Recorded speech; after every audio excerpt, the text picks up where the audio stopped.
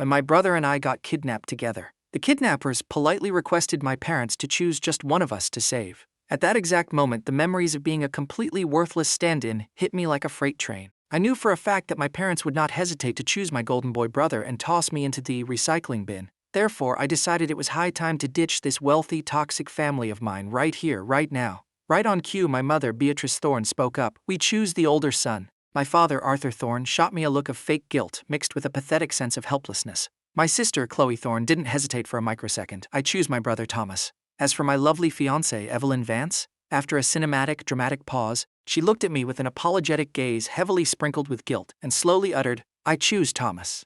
Hearing the collective choice of all four people, the kidnapper actually dropped the gun he was holding to Thomas Thorne's head. Thomas scrambled frantically toward our parents like a frightened toddler.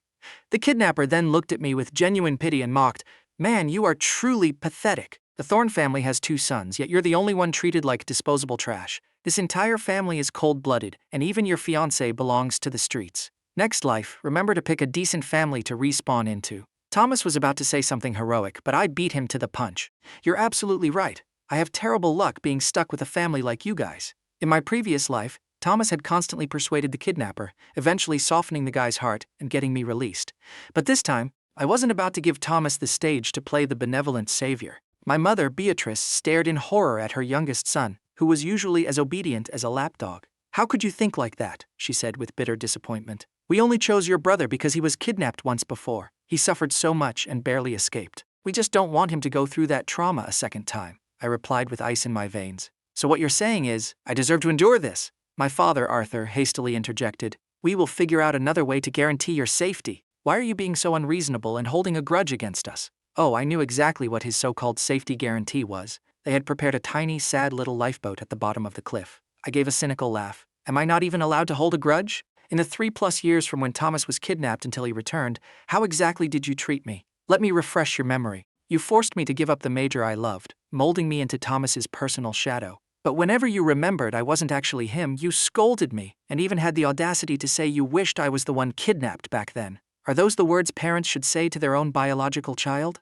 I let out everything that my past life self had desperately wanted to scream. Since you already have Thomas, your precious, flawless son, why did you even bother giving birth to my sister and me? Do your actions even make you worthy of being called parents? Beatrice looked like she wanted to argue, but I was done wasting my breath. I shifted my cold gaze to Evelyn. So you were just another fangirl of Thomas all along. You only approached me because you saw me as a convenient stunt double for him, right? Evelyn jumped, her eyes darting away in guilt. Realizing that Thomas was watching her, she lowered her head and whispered, I'm sorry. Her choice was the ultimate proof that I was merely a replacement part. She didn't even try to hide the truth. But after confessing, she didn't feel the relief she expected. Instead, her heart felt like it was tied to an anvil. I voiced one of the greatest desires of my past life. We are breaking up. The engagement is officially cancelled. Evelyn froze, seemingly stunned that I would actually say that. She knew exactly how deeply I used to love her. At this point, Thomas noticed that the attention of both our family and Evelyn had completely shifted to me. A brief flicker of annoyance crossed his heart.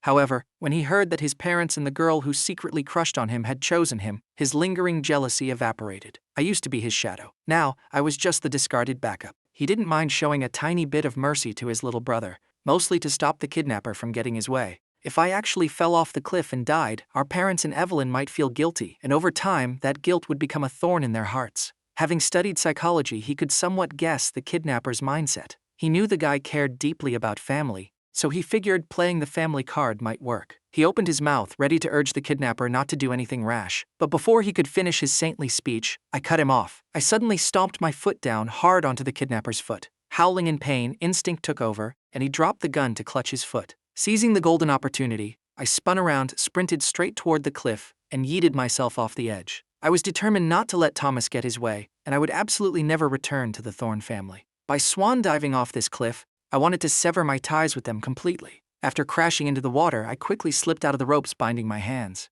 Instead of swimming up to the surface, I activated my spiritual power to completely dodge the pathetic lifeboat the Thorne family had arranged, and swam in the exact opposite direction. About half an hour later, a yacht appeared in my line of sight. This definitely wasn't a Thorne family vessel. I dropped my guard and swam closer. As I approached, I saw a breathtakingly beautiful young woman with an aura of absolute ice, casually fishing on the sea. I used my spiritual power to scan the area and discovered there were only her and 2 other people on the yacht. I was about to pop my head out of the water to ask for a ride, but right at that moment, a person behind the girl suddenly made a move. He shoved her violently, sending her plunging into the ocean. It was painfully obvious she couldn't swim. She flailed a few times before slowly going limp.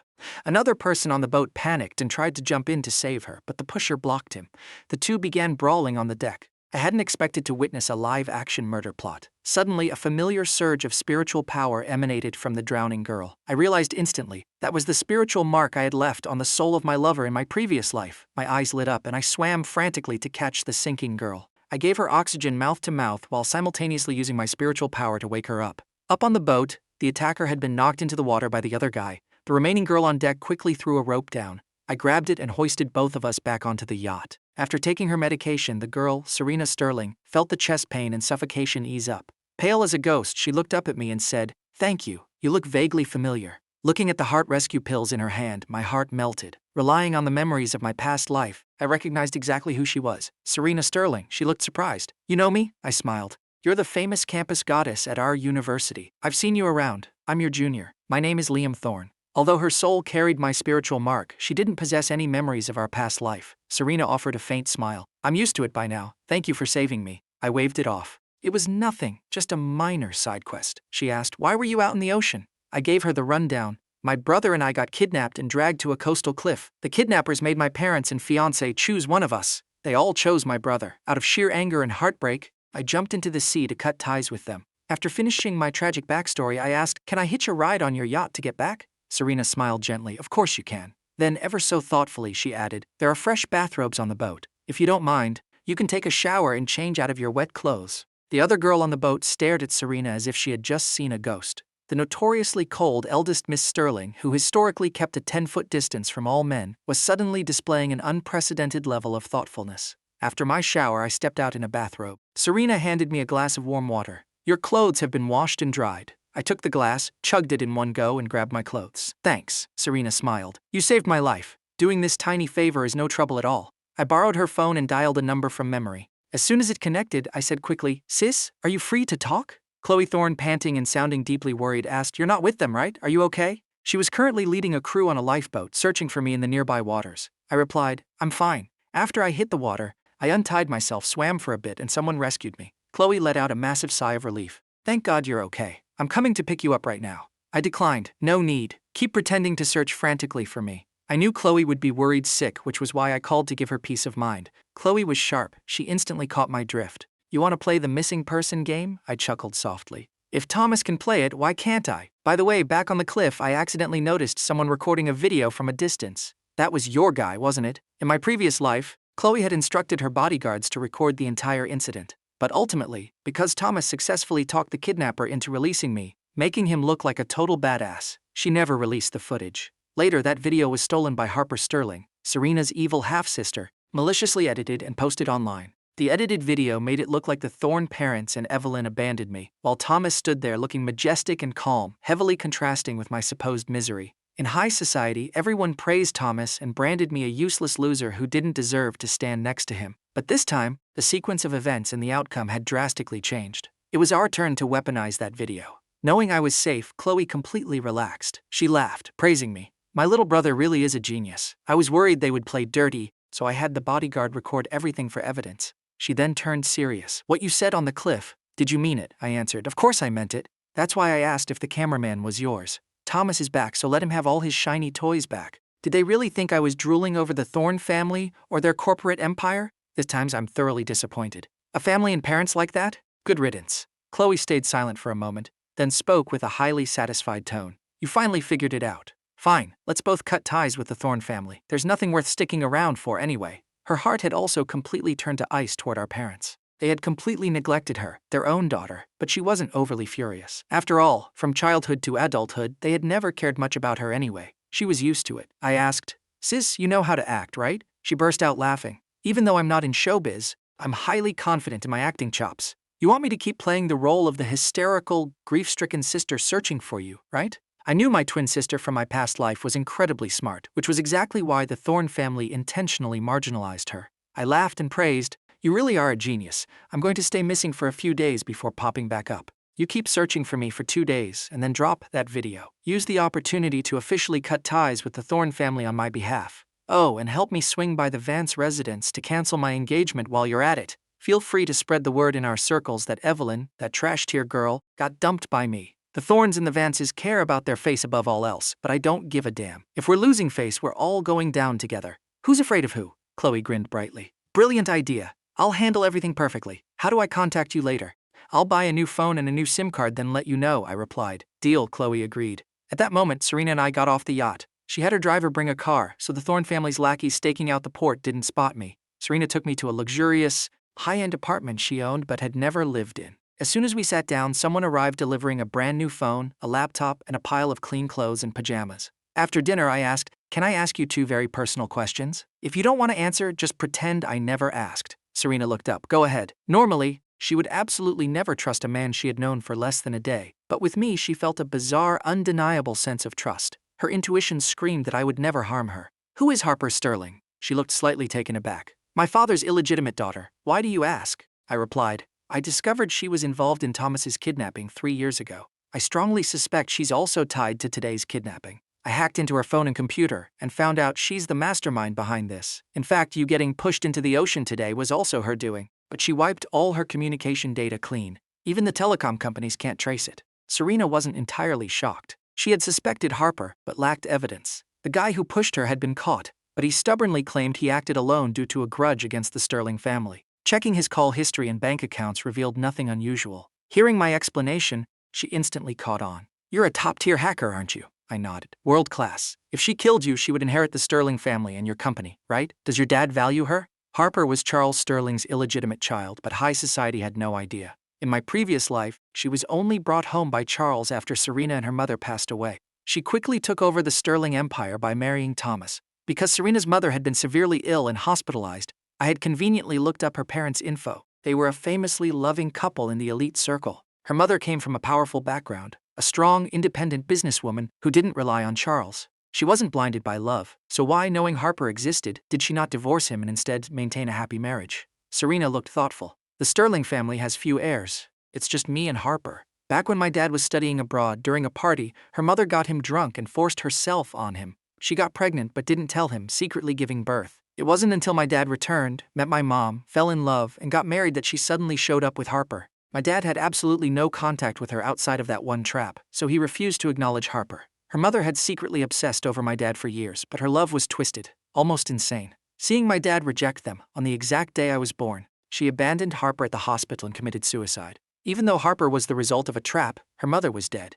If my dad abandoned her, she wouldn't survive. He didn't want an innocent child to die, so he sent her abroad and hired people to raise her. Over the years, he funded a good life for her but rarely visited. I met her once when we were kids. Even though she hid it well, I could feel her intense hatred and jealousy toward our family of 3. That's why, the moment I hit the water, she was my first suspect. She paused, pondering. If I died and my mother had an accident that couldn't be traced back to her, my dad would probably bring her back so the Sterlings would have an heir. Then she would smoothly inherit the family and my company. Hearing her story, all the puzzle pieces clicked into place. I asked, "Do you want the evidence? I'll send it to you." Serena nodded. Yes, I only had suspicions before, but my hands were tied without proof. Now that it's clear, I won't let her keep trying to kill me. I added, don't finish her off too quickly. Let her taste the sensation of slowly plummeting into hell. If it ends too fast, the me from the past life probably wouldn't be satisfied. Serena smiled. Understood. She originally planned to resolve it swiftly, but hearing my suggestion, she agreed with the idea. She then reminded me, the Thorne family is still searching for you out at sea. Don't go out for the next 2 days. I'll bring you food,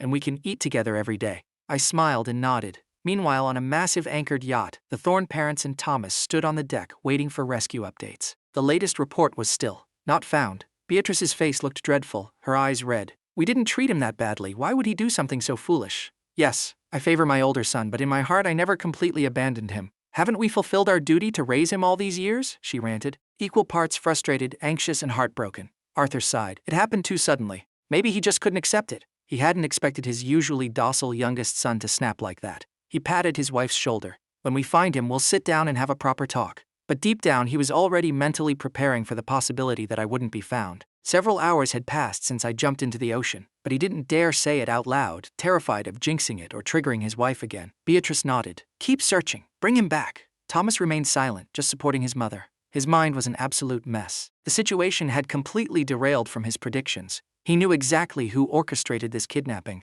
and the goal was to help him reclaim his throne in the Thorn family. He never expected me to act so erratically and violently jump into the sea. His intention was never to push me to my death. He just wanted me to realize who the truly important person in the family was. But the script didn't follow his directing. Just as Arthur was about to board a lifeboat, another boat approached. Chloe looked up, staring coldly at Arthur. There's no need for a high and mighty aristocrat like you to search personally. I'll find my own brother. Oh, now you're worried? What's the point? If he hadn't prepared beforehand and jumped, or if that guy pushed him, he'd already be drowning at the bottom of the ocean. Arthur's face darkened. What are you talking about? Liam is my son. I'm looking for him. Why would you call it fake? Chloe shot him a death glare. Weren't you the ones who abandoned Liam on the cliff? Even if he didn't jump himself, weren't you the ones who drove him into a corner where the kidnapper would have pushed him anyway? She glared at Arthur and Beatrice with razor-sharp eyes. If anything happens to Liam, you two, the ones who call yourselves parents, are the root cause. Since we were kids, you brainwashed us not to compete with Thomas. That's why Liam chose to study art, and why I defied you to become a worthless loafer. If I hadn't done a DNA test to confirm we were actually your biological kids, I would have thought Liam and I were the spawn of your worst enemies that you dragged home for torture, she scoffed. In other families, the older siblings yield to the youngest. In our house, it's the exact opposite. Not only that, but you were terrified we'd actually become successful and overshadow Thomas. You intentionally turned us into useless trash. Sometimes I find it hilarious. If Thomas is so gifted and brilliant, why did you have to work so hard to suppress us? Truth is, deep down, you're not even confident in his so-called excellence, are you? Arthur's face turned completely black. Shut your mouth right now. What kind of nonsense are you spouting? Didn't we give you a life of luxury? How on earth is that harming you? Chloe pouted dramatically. Luxury? Sure. Later, when you two are old, I'll give you a life of luxury too. I'll lock you in a nursing home with nurses watching you day and night and let you taste the feeling of being completely neglected by your own flesh and blood. Arthur trembled with absolute rage. Thomas frowned, looking at the sister he had always disliked. I've never been afraid of you two competing with me. Nobody wanted this to happen. Why are you venting your anger on our parents? Chloe glared at him icily. You really are a hypocrite, benefiting from a disaster and acting innocent. If it wasn't for you, how could my brother's life currently be hanging by a thread? Since you came back, you've made things difficult for both of us, especially Liam. Did you realize his talent in bioengineering was just as good as yours, so you panicked and viewed him as an obstacle to eliminate?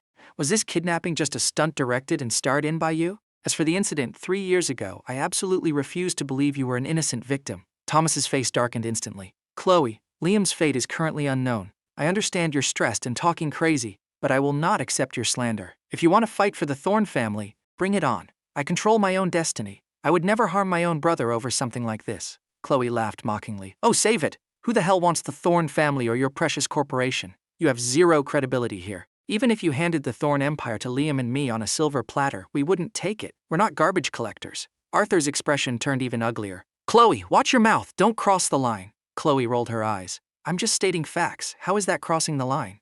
I'm saying it right now. What are you going to do about it? Arthur shook with fury. You little brat! Beatrice also felt her daughter was going too far. Chloe, Liam is missing, and we're terrified too. Don't just go around acting like a rabid dog biting everyone. Chloe sneered. Rabid dog? Are you calling me a dog? If I'm a dog, then what are you? The person who gave birth to me? The mother of a dog? Beatrice never expected her daughter to mock her so brazenly. She shook with anger, pointing a trembling finger. You are utterly unreasonable. Arthur was equally livid. Chloe, get the hell out of here. This daughter drove them insane every time she came home. Now she was being even more outrageous. She was completely useless. Chloe laughed coldly. Fine, I'll get out. You guys can drop the act now. Go away before you pollute my brother's eyes. With that, she ordered the lifeboat driver to leave and continued the search. The reason she came over to pick a fight wasn't just to vent her anger and curse out these three. She deliberately wanted them to think she was losing her mind with rage because she couldn't find her brother. This chaotic performance perfectly fit the profile of a desperate, grieving sister. Watching their daughter leave after throwing down that final line, Arthur and Beatrice were both furious and weighed down by a heavy sense of dread. Her behavior suggested that their youngest son might truly be lost forever. Normally, even when Chloe rebelled, she never said things this extreme. Arthur told Thomas to take his wife home, while he boarded a lifeboat to search further. But by the time the sky turned pitch black, there was still no news. Hours had passed and searching at night was nearly impossible. Arthur had to give up and lead his team home. Chloe didn't go home. Instead, she boarded a small yacht. After calling me, she comfortably went to sleep. Near midnight, an exhausted Arthur returned home. The next day, the Thorn family continued the search at sea. But aside from Chloe, no other Thorn family member showed up. Everyone silently understood. I was probably already fish food. The news spread like wildfire through high society, though they didn't know the juicy details of what happened on the cliff.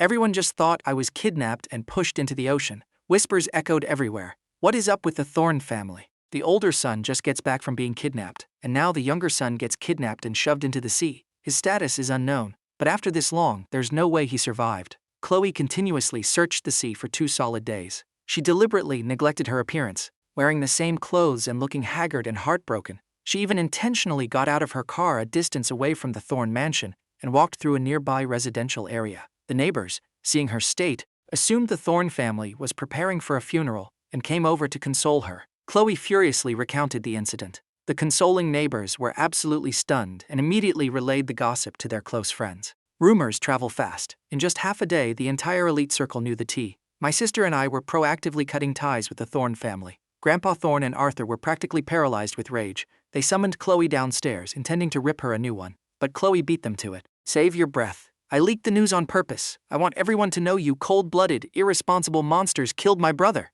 They were shocked by her sheer audacity. Grandpa Thorn's face turned a violent shade of purple. Don't forget you are also a Thorn. When this family loses face, do you think you look good? Though Grandpa felt his son and daughter-in-law's choice at the cliff was a bit extreme, he somewhat sympathized. After all, Thomas was the superior asset, and Grandpa was also heartbroken over his eldest grandson's danger. But what's done was done. The parents had made a choice. It wasn't malicious intent. Furthermore, I was the one who jumped voluntarily. Yet Chloe was out here spreading wild rumors, making the whole family look like murderers who forced their own grandson to his death. Today alone, several people had called him to supply, ask if the parents had forced their son to die. His reputation was completely destroyed. Arthur ordered in a dark tone, "Go explain to everyone immediately. Say you were just speaking nonsense out of grief because you couldn't find your brother." Chloe raised an eyebrow. "And if I don't?" Liam was right. The Thorn family cares about face more than anything. Wherever it hurts the most, I'm gonna stomp right on it. You treated us like garbage. Why should I care if you hurt or not? Arthur roared furiously. Then get the hell out of the Thorn family. Chloe had been waiting for that exact sentence. Without a second of hesitation, and bursting with dramatic excitement, she declared, "Fine, I'll leave. Liam and I never gave a damn about this toxic family anyway. You guys just live happily ever after with each other. I am cutting ties with the Thorn family too." Having delivered her exit line, she marched upstairs, grabbed the suitcase she had pre-packed and strutted out. Grandpa Thorn, Arthur, and Beatrice were going mad with anger, but they also wanted to teach her a harsh lesson. They wanted her to realize that without the Thorn family, she was a nobody. Except for the bedrooms, the Thorn mansion was wired with cameras. I watched Chloe's flawless performance and couldn't help but applaud. Her acting was truly Oscar-worthy. She could easily debut in showbiz. She had probably been suppressing this for years, and this time she let it all explode. I noticed that Grandpa Thorn and Arthur completely dismissed Chloe's words and weren't on guard at all. They were definitely going to pay a heavy price. Just as I closed the camera window, my phone rang. It was Chloe. She immediately asked, "Liam, I just announced I'm cutting ties with the family. Should I drop the video now?" I replied, "Post it on your social media timeline immediately. Say you're severing ties with the cold-blooded Thorn family and attach the video. Even though your timeline doesn't have many elders, it's packed with the heirs of all the major families. That's more than enough to spread it across the entire elite circle." Chloe nodded. "I'm on it." After posting, "Should I go cancel your engagement for you?" "Yes," I confirmed. "And make sure you record a video of the cancellation to post on your timeline as proof." In my past life, she had worked in showbiz, so I knew she understood exactly how to manipulate public opinion to gain the upper hand. By creating the narrative first, she forced everyone to universally agree that the Thorn family was biased, not only treating me as a stunt double, but abandoning me for Thomas and driving me to suicide. It was beyond cruel. Once public outrage peaked, I would casually reappear playing the ultimate victim, effectively nailing the Thorn family to the pillar of shame. If they cared about their face, I would make sure they lost every shred of it in high society. If both siblings consecutively severed ties with the family, only a complete idiot wouldn't realize that the Thorn family was the problem. Thomas definitely wouldn't be able to exploit this to build his reputation or flex his competence. He would only make people see the Thorn family as inhumane. If it wasn't for me, why would the family push both their kids to this breaking point? I continued, "Tomorrow I'll also record a video for my timeline, publicly cutting ties with them and canceling the engagement with Evelyn. You acted brilliantly today. Tomorrow, it's my turn to take the stage." Chloe laughed cheerfully. "Can't wait to watch your performance tomorrow. I'll be your cheerleader." Chloe posted the story of how the Thorn family treated me as a shadow, abandoned me in a crisis, forced me to jump, and kicked her out, attaching the video. In an instant, her timeline exploded. Many people asked if she was seriously cutting ties, since she gained nothing from it. Others supported her, saying she did the right thing. Today was the weekend. As lunchtime approached, all the elders were home. Just as I predicted, the younger generation quickly relayed Closie's post and her dramatic exit to their families. Some even forwarded the video into their family group chats or sent it directly to the elders. In little over an hour, the majority of high society knew that my sister and I proactively severed ties with the Thorn family. After watching the video, with a few exceptions, almost everyone completely understood my choice. Anyone treated like that would snap, let alone when the people abandoning you were your biological parents and fiancé. Many elders in the circle sighed, remarking that the Thorn parents acted without thinking. It's one thing to have a favorite son, but their blatant favoritism was borderline psychotic. Previously, everyone's impression of Thomas was that he was brilliant but cold and unapproachable. I, on the other hand, was radiant, outgoing, and always politely greeted elders and peers alike, making me highly popular. But inexplicably, over the last 2 years, I had gradually become as cold as Thomas. Initially, people thought I was intentionally mimicking him to compete for the heir position and curry favor with the elders. They never expected that the Thorn family had actually forced me to do it. The society ladies recalled rumors that I had studied brewing medicine and massage therapy to care for Beatrice. I didn't just talk the talk. I literally massaged her every single day and hunted down premium herbs to brew medicine, keeping her condition stable and improving. Even a heart of stone would melt after 2 years of that. But when forced to choose, Arthur tossed me away without a second thought. Furthermore, hearing the words they used when treating me as Thomas's shadow, Anyun would be heartbroken. No wonder I wanted to completely sever ties before diving off a cliff. Not only did the Thorn family become a massive joke, but Evelyn was also heavily criticized. No one expected that she secretly loved Thomas and used me as a convenient placeholder. She was with me for 2 whole years, yet in a life-or-death moment, she chose to abandon her fiancés. Absolute trash behavior. Previously, people thought Evelyn was a standout among the younger generation with great character. Turns out, she belonged to the streets. After nuking her timeline, Chloe drove straight to the Vance residence. At this time, the entire Vance family was home. Hazel Vance, who used to be Chloe's friend, saw the post and her face darkened.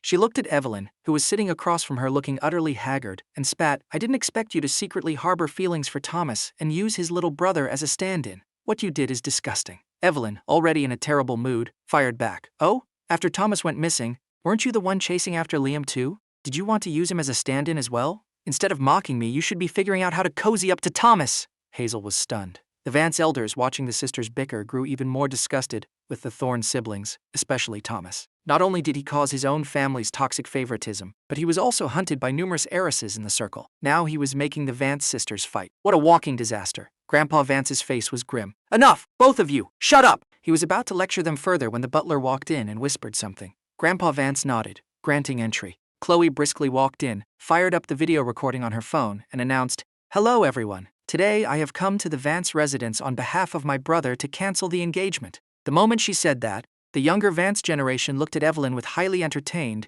popcorn-ready expressions. Hazel looked downright gleeful, while the Vance elders looked incredibly displeased. Grandpa Vance frowned deeply. "Miss Thorne, if you want to throw a tantrum, go do it at your own house." Chloe raised an eyebrow. "Grandpa Vance, I no longer have any ties to the Thorne family. From now on, when speaking to me, kindly leave them out of it. I'm here today to cancel the engagement. Make yourselves comfortable." She turned to Evelyn, whose face was rapidly darkening. "Miss Vance, on that day, my brother already broke up with you and canceled the engagement. To officially confirm this, I am personally here today to finalize the cancellation. When you got engaged, both families were witnesses. Now that it's canceled, your family will bear witness to this too." Evelyn was furious. "And what if I don't agree?" Chloe laughed coldly. "I'm not here to ask for your permission. My brother wants absolutely nothing to do with a trash-tier person like you. I'm just here to officially notify you. You've been dumped." Evelyn, experiencing this level of humiliation for the first time in her life, turned completely pale. Chloe couldn't care less. She panned her phone camera to capture Evelyn and the rest of the Vance family, then flipped the lens back to herself. "Done. Engagement successfully cancelled. From today onward, my brother and Evelyn, this absolute trash of a woman, have zero relationship. Everyone, please bear witness." Having said her piece, she pocketed her phone and looked at Grandpa Vance. "You guys carry on, I'm out." She walked away, completely ignoring the sheer rage radiating from the Vance elders. Evelyn's mother said coldly, "Cancelled is cancelled. He's just a dead man anyway. Even if she didn't come to cancel it, I was planning on going to the Thorn family to do it myself." Evelyn turned to her mother. Liam might not be dead. Even though she knew the chances were slim, she desperately refused to accept the news that I had drowned. For the past 3 days, she had been tortured by guilt. Every time she closed her eyes, she remembered the moments we shared. Even though I wore Thomas's cold mask on the outside to please the Thorn family, when I was with her, I always revealed my warm, radiant, little sunshine personality. I was always so attentive, never once causing her grief. Initially, she did see me as a stand-in, but she now realized her heart had long since learned to distinguish me from Thomas. She truly liked me. Recalling how fiercely I jumped off the cliff, partly because of the Thorn parents' choice, but also because of her choice, she was engulfed by regret and heartbreak. She swore that if I was still alive, she would never treat me as a stand-in again, and would earnestly return my feelings.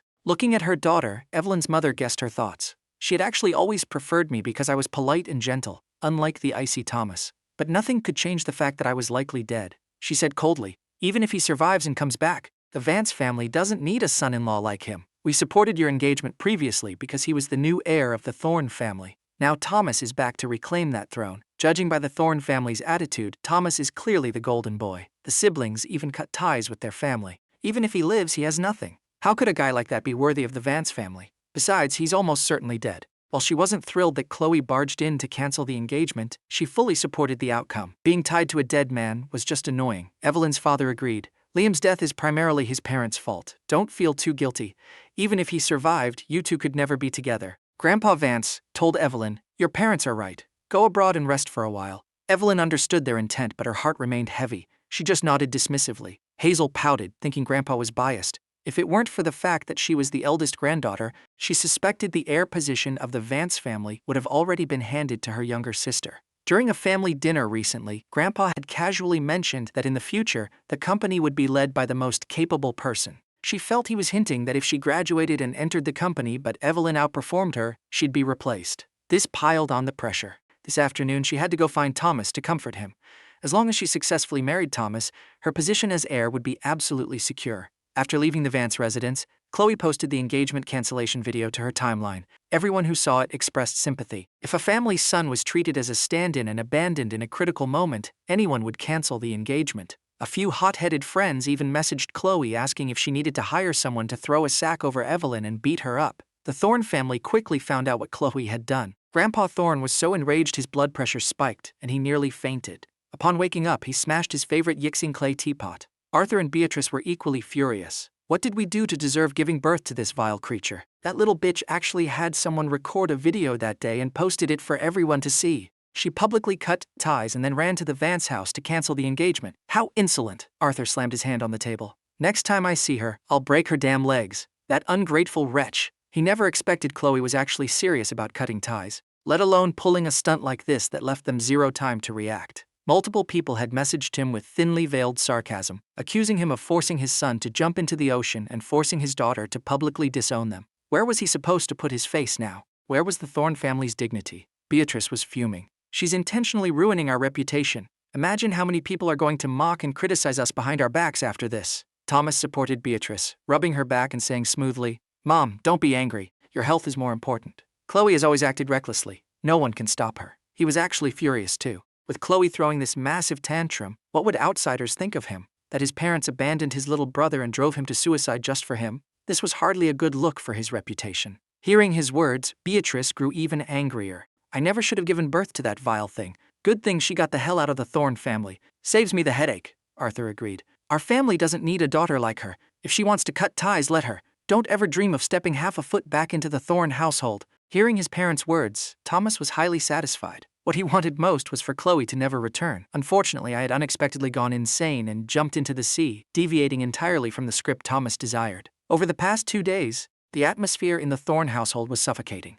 Out of sheer habit, Beatrice would unconsciously call for me to help massage her or ask me what I wanted to eat. But when she snapped out of it, she'd realize she was talking to Thomas, not me. She would awkwardly change the subject and secretly wipe away tears, truly believing I was dead. Arthur would also grab business proposals I had drafted to discuss them with Thomas. But when Thomas's opinions clashed with mine, Arthur would sigh heavily and drop the conversation. The more this happened, the more irritated Thomas became. I was just a damn copycat. I was supposed to fade into obscurity when the original returned. How did I manage to leave such deep imprints on them? It was only after I vanished that they realized how much they actually cared about me. Indeed, the living can rarely compete with the dead. Therefore, right now, Thomas desperately wanted me to be alive. Chloe's rampage made the entire Thorn family refuse to leave the house, desperate to avoid the probing questions and judgmental stares from outsiders. The next day, I purposefully applied makeup to make myself look haggard, as if I had just recovered from a severe illness. When Serena arrived at the apartment and saw me, she froze. I smiled and asked, "How do I look? Do I look like someone who just barely survived a critical illness?" Serena nodded. "Very much so. Should I take you back to get your things?" I replied. "If we're going to act, we have to commit." Having you take me back will make my reappearance much more convincing. I had no intention of claiming I untied myself after jumping and deliberately hid away. Instead, I was going to use Serena as my perfect alibi. I drifted in the ocean, was rescued by her, but remained in a coma, hence my delayed appearance. This excuse was watertight, and with Serena backing me up, no one would dare question it. We went downstairs and met Chloe. Seeing my pale, sickly appearance, she panicked. "I thought you said you were fine. Why is your face completely white?" I reassured her. "I'm just faking it, sis." Chloe exhaled dramatically. "You scared me to death. Are you absolutely sure you're okay?" I nodded affirmatively. She instantly got hyped up. "Let's go." I looked at her, amused. "Remember to record the video. We'll both post on our timelines later." Chloe giggled. "You bet!" On the way, I asked, "When you caused that massive scene yesterday, did they call to curse you out?" She shook her head. "No, they know my temper," she mocked herself. "This just proves they really abandoned me. Beatrice probably wanted me to get the hell out of that house a long time ago." I patted her shoulder. "That's why leaving early is a blessing. The sooner we leave, the sooner we're free." Chloe nodded in fierce agreement. At the Thorne family living room, Chloe walked in first. I followed behind, wearing a wide-brimmed hat that obscured half my face, accompanied by Serena. No one immediately recognized that the person with her was me. Seeing her daughter, Beatrice instantly fired a sarcastic shot. "Didn't you sever ties with the family? You still have the face to come back here?" Chloe was immune to her acidic tone, and I wasn't surprised either. In my past life's memories, Beatrice came from an ordinary background. When she started dating Arthur, Grandpa Thorne's wife, Grandma Thorne, vehemently opposed it. Before the wedding, Grandma Thorne frequently sought Beatrice out, insulting her as a country bumpkin unworthy of her son, but Arthur was madly in love with Beatrice and defied his mother. It wasn't until Beatrice got pregnant with Thomas that Grandma Thorne reluctantly agreed to the marriage. After the wedding, Grandma Thorne continued to despise Beatrice, frequently mocking her and showing her zero respect in public, making it impossible for Beatrice to integrate into high society. Beatrice hated her mother-in-law with a passion, but since Grandma held the family power, she had to swallow her pride. Until Thomas was born. Grandma Thorne died suddenly of a brain hemorrhage the very next day. The mountain-crushing Beatrice disappeared overnight. She gradually solidified her position and integrated into the elite circle. Therefore, she loved Thomas intensely, partly for this very reason. But Chloe, as a child, looked exactly like Grandma Thorne, so Beatrice loathed her. She dumped all her hatred for her mother-in-law onto her own daughter, even bad-mouthing her to Arthur, deliberately turning Chloe, who was rightfully in line to inherit the company, into a useless loafer, while pouring all their resources into grooming Thomas. She even convinced Grandpa Thorne to do the same. With his main character aura, Thomas excelled from a young age, causing Grandpa to favor him even more. I always found Beatrice's petty revenge utterly ridiculous. Hating your own daughter and deliberately ruining her life just because she looks like your mother-in-law, then why even give birth to her? Although she didn't hate me the way she hated Chloe, she entirely failed at her duties as a mother. Especially during my 3 years as a stand-in, I was flawlessly devoted to her, hoping for just a crumb of maternal love. Yet she chose to abandon me in a heartbeat. In my previous life, when Harper destroyed my reputation, Beatrice didn't offer a single word of comfort or help. Instead, she complained that I humiliated the family, constantly mocking me. She even used Thomas's brilliance to compare and demean me, suggesting to Arthur that I be shipped abroad to avoid further embarrassment. Coupled with Evelyn's ambiguous betrayal, my past life self finally broke down, agreed to a breakup, and agreed to go abroad. Taking advantage of this, Harper hired people to kidnap and murder me. Thinking of that tragic ending, I felt deeply sorry for my past self. Furthermore, Chloe didn't get a good ending either. I've always been extremely protective of my people. So when Beatrice mocked Chloe before Chloe could even retort, I spoke up. She brought me back to get my things. Even if you hate my sister because she looks like your mother-in-law, there's no need to be so incredibly toxic to your own biological daughter, is there? I took off my hat and stared coldly at Beatrice. The entire Thorne family was shell-shocked upon seeing me. Beatrice gasped. You're not dead?" I raised an eyebrow. "Listening to your tone, Mrs. Thorne, it sounds like you really wished I was dead." "Don't worry. Even though I'm alive, I'll still happily step aside for your precious golden boy." I laughed coldly. "The day I jumped into the sea, I said I would leave the Thorne family and sever ties with all of you." Beatrice hadn't meant it that way. She was just mentally prepared for my death. Seeing me suddenly return caused her to blurt that out. Hearing my biting sarcasm, she lost her composure and snapped, "What kind of nonsense are you spouting? The Thorne family belongs to your brother anyway. Did he need you to step aside? You've been corrupted by Chloe. How dare you speak to your elders like this?" Furious, she yelled. "If you both hate the Thorne family so much, then get the hell out." I gave a cynical laugh. "When Thomas went missing, you guys were the ones who forced me to change my major and enter the company to help, promising me the heir position of the Thorne Corporation. It's not like I ever begged for it. Now that Thomas is back and you don't need me anymore, you suddenly declare it was always his. You flip faces faster than flipping the pages of a book. When you need me, I'm the designated stand-in. When you don't, I'm trash to be thrown away. Thankfully, I've seen your true colors now.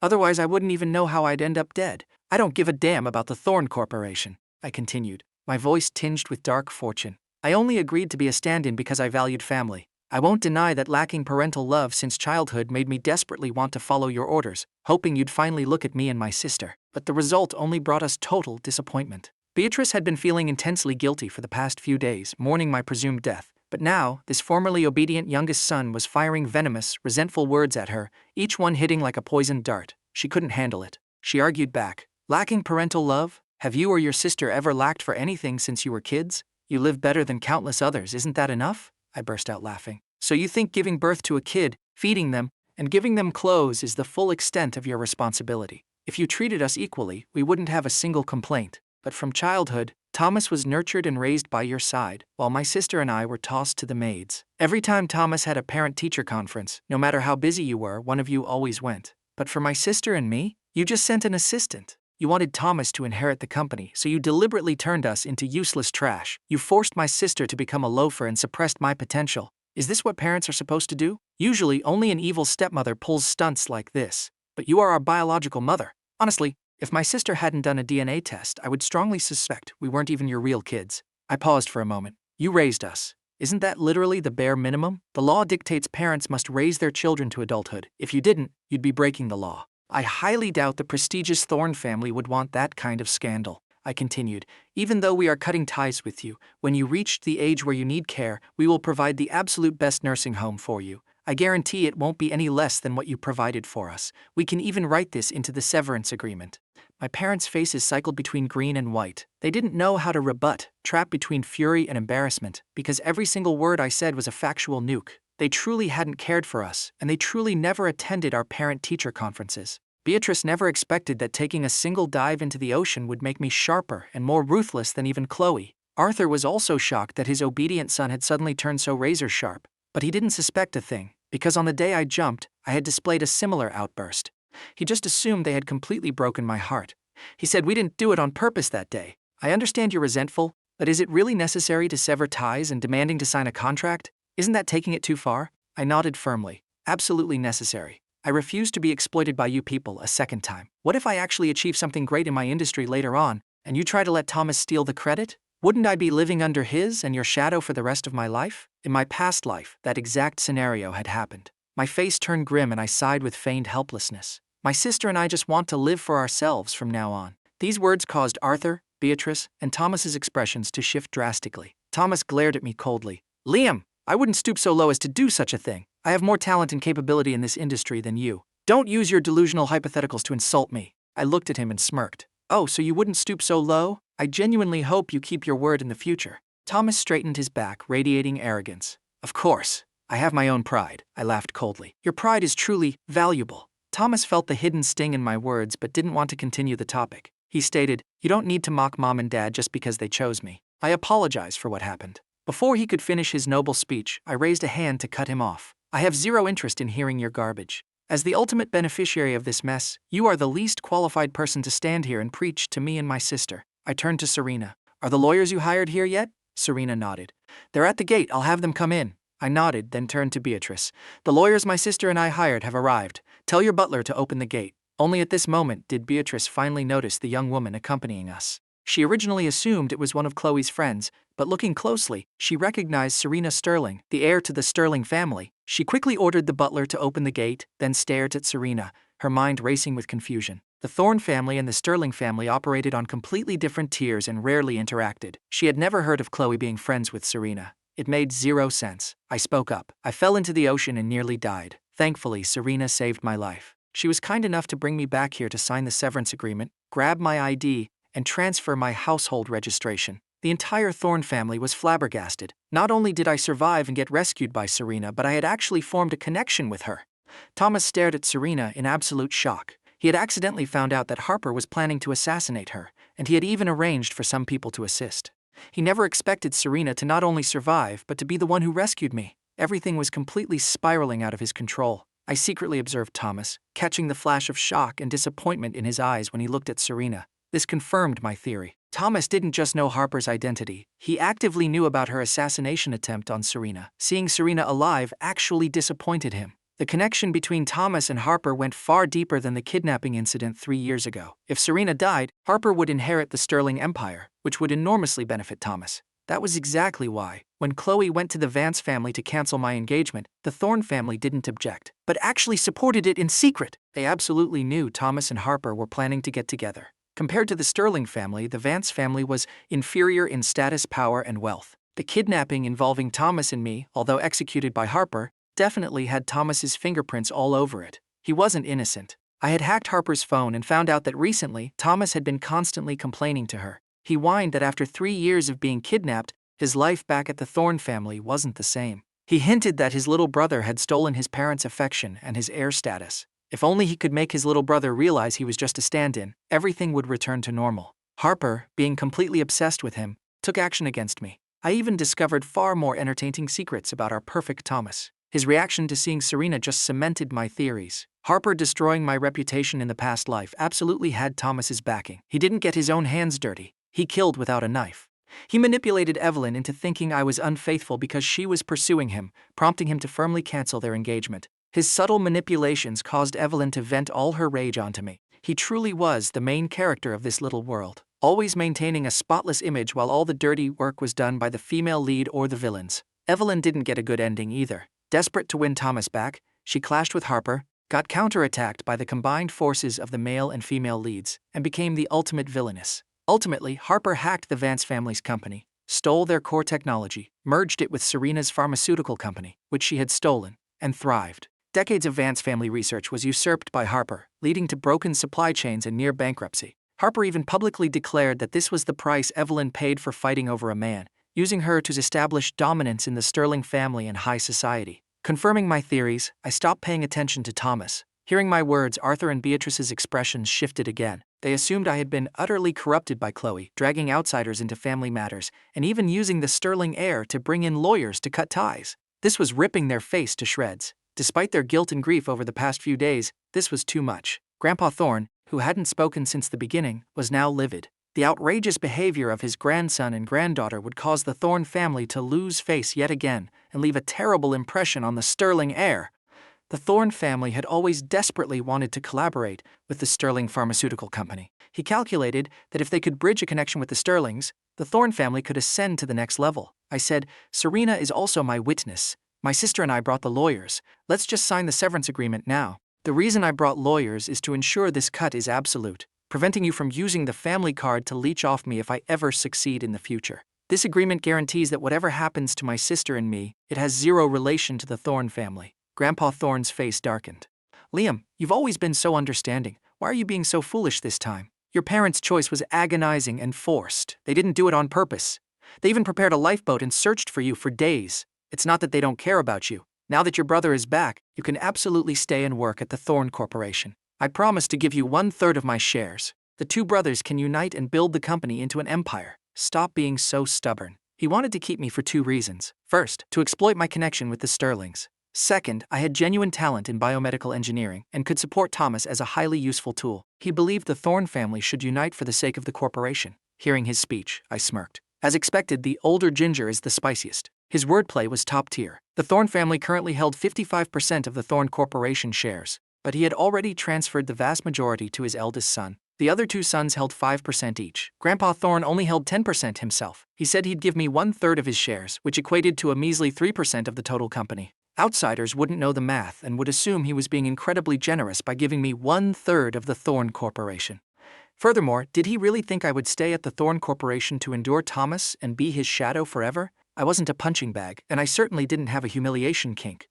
Thanks for your generosity, Grandpa, but I'll pass on the Thorne Corporation and the Thorne family. I don't want a single thing. I'm just here for my ID. When you and Grandma reach the age where you need care, my sister and I will provide the best nursing home. I guarantee it won't be inferior to what you gave us. Grandpa Thorne hadn't expected me to instantly see right through his little scheme. His face turned pitch black. He was about to speak when Chloe cut him off. Grandpa, stop acting. We've lived together for years. Do you really think we don't know who you are? On the surface, you played the devoted husband who never remarried after Grandma died, building a loyal husband persona in our elite circle. But I bet everyone would be fascinated to know that you're hiding a second wife and a couple of illegitimate kids abroad, aren't you? This revelation caused Grandpa Thorne's eyes to twitch violently. The entire family was paralyzed with shock. He had a secret family abroad? He exploded in rage. You little bastard. You've learned nothing but how to fabricate lies to slander your elders. I've never even lived abroad. Where would I get a second wife and illegitimate kids? I pulled out my phone and opened a photo album. You didn't live abroad, but what's stopping your mistress and illegitimate kids from flying back for a reunion? Every summer you travel out of province to escape the heat, and every winter you travel to stay warm. Weren't you just going to meet them? I held up my phone for the whole family to see. The photo showed a glamorous woman in her late 30s linking arms with Grandpa Thorne on a beach.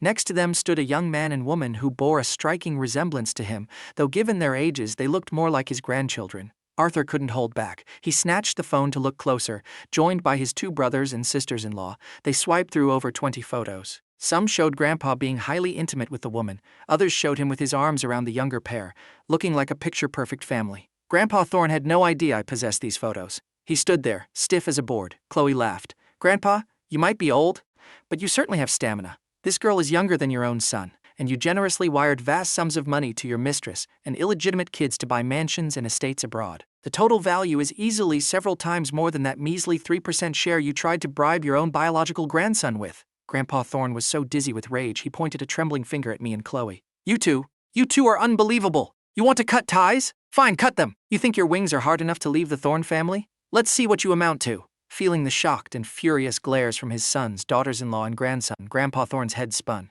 His chest ached violently, and any desire to keep me in the family vanished completely. He was so furious he wanted to physically throw us out. Even though the entire Thorne family was furious about his secret mistress and illegitimate kids, my sister and I had zero qualms about airing the family's dirty laundry right in front of the sterling heir. Arthur and Beatrice weren't even angry at us. They were secretly gloating over Grandpa's downfall. Seeing the Thorne family boiling over, Chloe cheerfully added, "Aren't you going to sign quickly?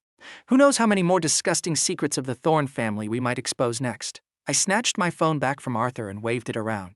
"There are photos of a few other people in here too. If you want to see them, my sister and I would be more than happy to help make them public." Arthur, panicked and furious, shouted, "If you want to sign the severance agreement, bring it out now." Chloe looked at him with a knowing smile. "In a rush, are we, Mr. Thorne?" I chuckled internally. He was definitely terrified that there were photos of him in my phone. Beatrice, who had just been enjoying Grandpa's misery, heard this and immediately turned to Arthur with extreme suspicion. He hastily defended himself. "I don't have any secrets." Don't listen to them trying to sow discord. He was telling the truth, so he didn't look overly guilty. Beatrice was half suspicious but decided to feign trust. "I believe you." She glared at my sister and me. "You two are taking this too far. What family has children who cause this much havoc?" I gave a cold laugh. "Well, what family has elders who treat their child as a stunt double or hate their daughter just because she looks like her mother-in-law and intentionally ruins her life?" I teased. "If the Thorne Corporation goes bankrupt, you guys could star in a family reality TV show. Might be a massive hit." Beatrice was shaking with rage. "Sign the damn agreement and get the hell out!" She couldn't stand this formerly obedient son who had suddenly become so venomous and impossible to deal with. Her secret that she had hidden for over 20 years. Hating her daughter, because she resembled her mother-in-law, was brutally exposed by me in front of everyone. I smiled politely. "Sorry, we are civilized people. We don't know how to get the hell out. Why don't you demonstrate for us first?" Beatrice suddenly remembered that Chloe used to call her a toad. Her face drained of color. "I never should have given birth to you two," I pouted. "You say that as if my sister and I were begging to be reincarnated into your womb." She pointed a trembling finger at me, panting heavily. The entire Thorne family was stunned. It was as if I had been possessed by Chloe today. My tongue was a lethal weapon, hitting every single weak spot. If they kept me in the house, they'd probably die of high blood pressure on a daily basis. "Sign it right now," they demanded in unison. At this point, the Thorne family had zero hesitation. They just wanted to sign the papers and kick us out. Thomas realized I wasn't acting. I genuinely wanted to cut all ties. He hadn't expected his little brother to be this sharp. Facing someone as unhinged and liberated as me, he chose to remain completely silent to avoid catching any strays. I caught Thomas's gaze and easily guessed his thoughts. The real show was yet to come. Today was just the appetizer. I hoped Thomas could handle what was coming. The Thorne family was incredibly eager to sign. I asked Serena's lawyer to present the pre-drafted contract. Arthur skimmed it, found no traps, and signed immediately. Beatrice saw him sign, didn't bother reading it, and signed as well.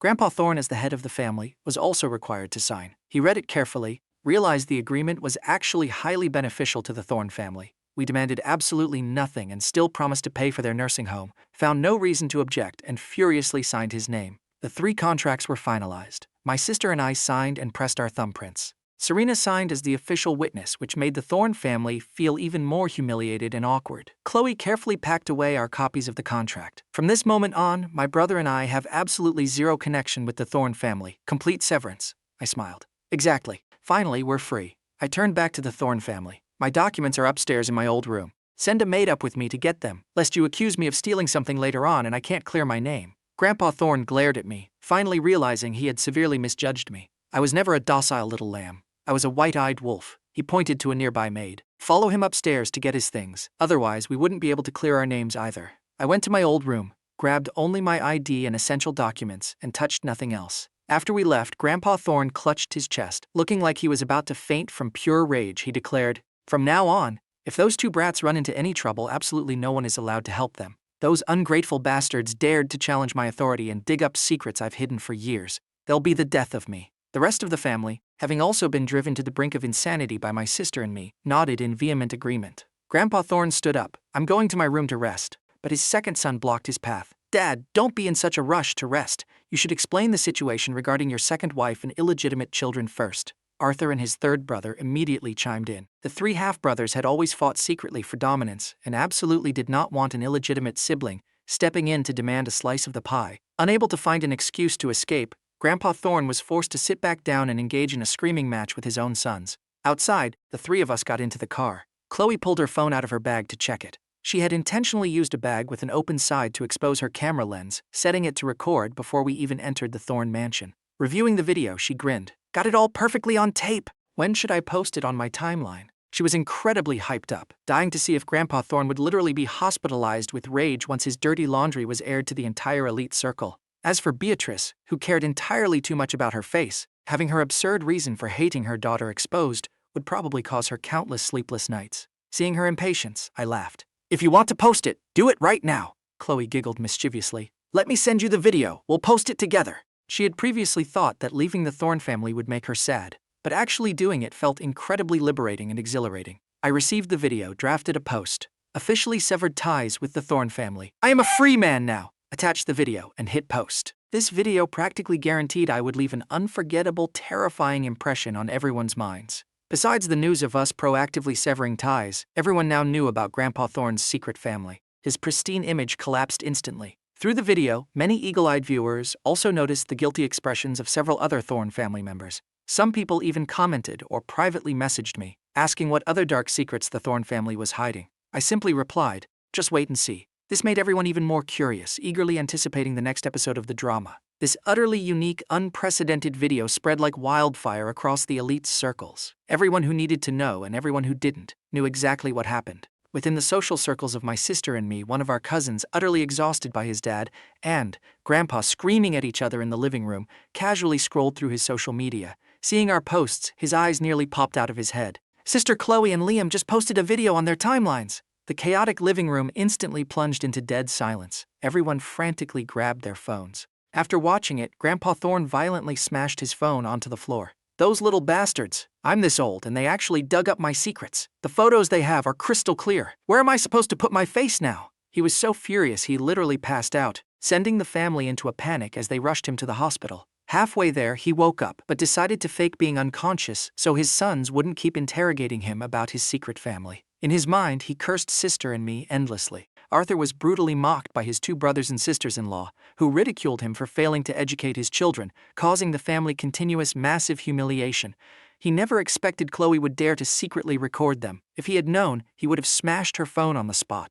Family scandals shouldn't be aired in public, but my sister and I clearly wanted to broadcast them globally. Beatrice was also subjected to relentless sarcasm from the other sisters-in-law, infuriating her so much she nearly relapsed into illness. The Thorne family was completely turned upside down by us, resulting in absolute chaos. Meanwhile, we were at a restaurant happily celebrating. Serena had left early to give my sister and me some private space to chat. I said, "Tomorrow I'll go place an official notice in the newspaper regarding the severance. When it's published, I'll send a few copies directly to the Thorne family. Not many people read the papers these days, but it makes it legally and officially solid." Chloe agreed. "When the paper comes out, if you want to piss them off even more, just post it on your timeline. It'll drive them insane. The whole circle will see the prestigious Thorne family lose all their face. I bet a lot of people will be gloating." She pinched my cheek. "I didn't expect my little brother to get so toxic, but I love it." She mentioned that I used to be too obedient, valuing family ties so much that I was exploited by them. I truly cherish this sister of mine, so I smiled. I'm your brother, I can't let us be the ones getting bullied.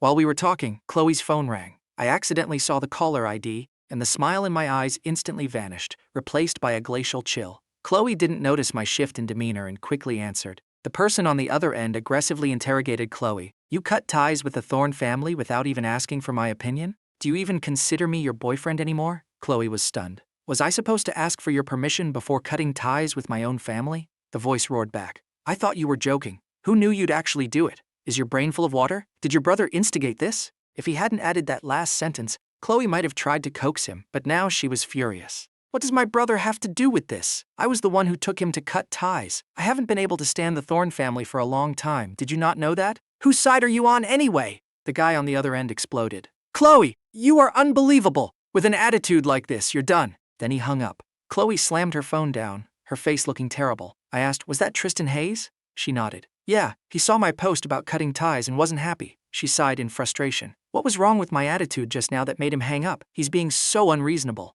I said bluntly, he just wanted an excuse to hang up on you. Chloe looked confused. I don't even know what he's thinking anymore. I replied, he just didn't want you to leave the Thorne family. Chloe didn't understand. His family is bankrupt. Even if I didn't leave the Thorne family, it's not like I could magically restore his family's wealth. In fact, leaving the Thorne family means I can officially and openly take over my own companies, which would let me help his family even more. Over the years, on the surface, she played the role of a useless party girl. But in secret, she and a friend had opened 2 highly successful companies in another city. Her boyfriend, Tristan, also came from a wealthy family, though 1 tier below the Thornes. They were childhood sweethearts and officially started dating in college. Last year, Tristan's family company went bankrupt. Their houses and assets were all seized to pay off debts. Chloe didn't abandon him. Instead, she took tens of millions from her own secret company's profits to help him. Tristan couldn't accept the reality of his family's bankruptcy and felt too humiliated to face high society, so he asked Chloe to fund his studies abroad. For the past 2 years, his tuition, living expenses, and the allowance sent back to his family were entirely covered by Chloe.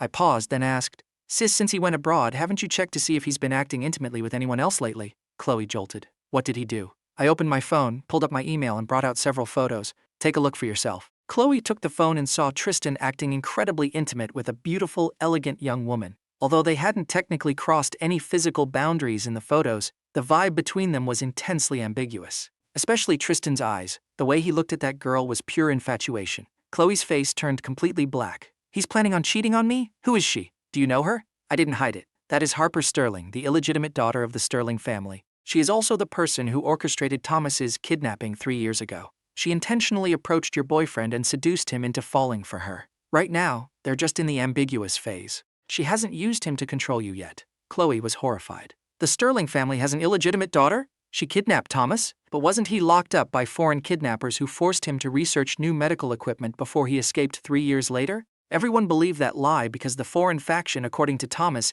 even had mercenaries guarding him. The Thorne family didn't have the power to retaliate overseas, so they let it go. I nodded. That was a complete lie. Harper is an illegitimate daughter unrecognized by the Sterling family. She wanted to assassinate Serena to seize the Sterling Empire. I asked Serena for permission, and she agreed to let me tell you about the Sterling family's affairs. I recounted Harper's background. Thomas went to the same university abroad as Harper. It didn't take long for them to secretly start dating. Harper is a genius hacker.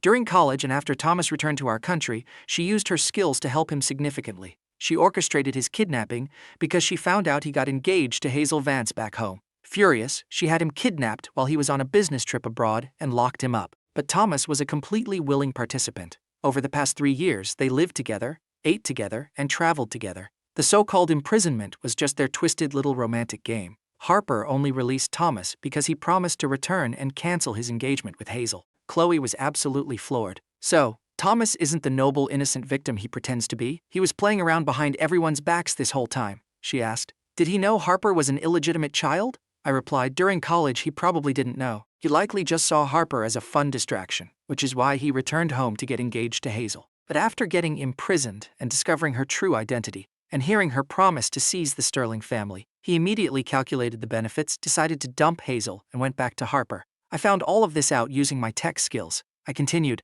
Harper looks innocent on the outside, but she's actually deeply obsessed and psychotic. Relying on her hacker skills, she installed cameras all over their house abroad, except in the bathroom. Whenever she was out, she would watch Thomas through her phone. All the surveillance footage was saved on her computer. She thought her firewall was impenetrable, but it was child's play to me. I hacked her computer and saw all their chat logs and highly explicit videos. Seeing Thomas being so open and proactive in that department was quite a shock to me too. No wonder Harper is so obsessed with him. I analyzed the situation further. Harper is madly in love, but Thomas isn't. He likes her, especially after being tangled up for years, so their bond is deep. But to him, benefits always come first. That's why he chose Hazel when he first came back. Once he realized Harper could steal the Sterling Empire, he ditched Hazel for her. Listening to all this, Chloe's worldview was completely shattered. Thomas didn't just cheat with Harper before his engagement. He actively continued the affair after getting engaged to Hazel. It was absolutely despicable, she sighed. Does Thomas know that Harper went out of her way to seduce my boyfriend? I replied.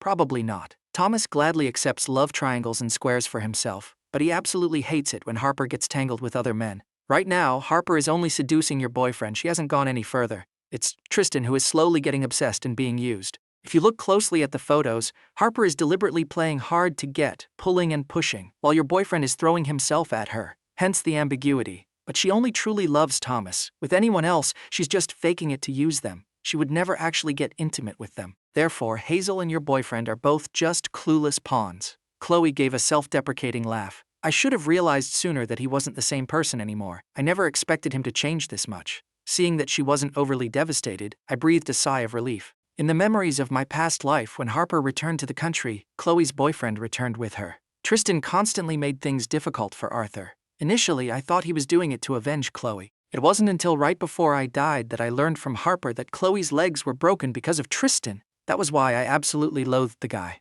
Telling her the truth early would help her stay far away from him and stop being his fool. I comforted her.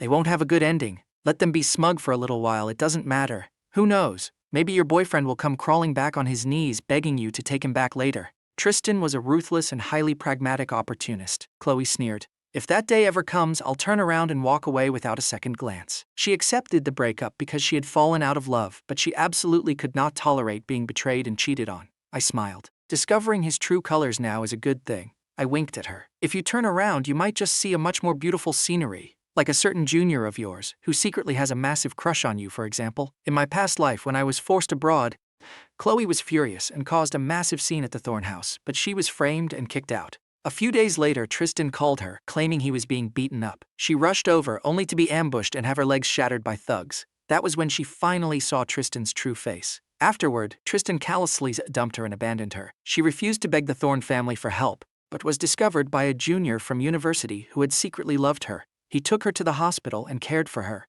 Even though she was crippled, he never abandoned her, and even brought her to his home to look after her. When I found out her legs were destroyed, right before Harper kidnapped and murdered me, I transferred all my life savings to her. My original goal was purely revenge and surpassing Thomas. But after reuniting with Chloe, I gained a new personal objective from my past life. To stay independent, help her change her fate, and ensure she lived a happy life. To me, my sister was far more important than revenge. Chloe burst out laughing. I think you have potential as a fortune teller. I laughed. I just did the math on my fingers. Cut off the rotten peach blossoms, your bad luck will pass, and new, better romance is on the way. I was determined to replace my past life self in protecting her and ensuring her happiness. Chloe rolled her eyes at me. Oh, stop it! But she memorized my words and kept them in her heart. She pointed at my phone. Send me all those photos. I'll use them to break up with him. Every time they argued, Tristan, even when he was completely in the wrong, always managed to seize the moral high ground. He would constantly play the victim, crying that she looked down on him because his family went bankrupt. If she initiated the breakup, he would definitely pull that exact stunt again.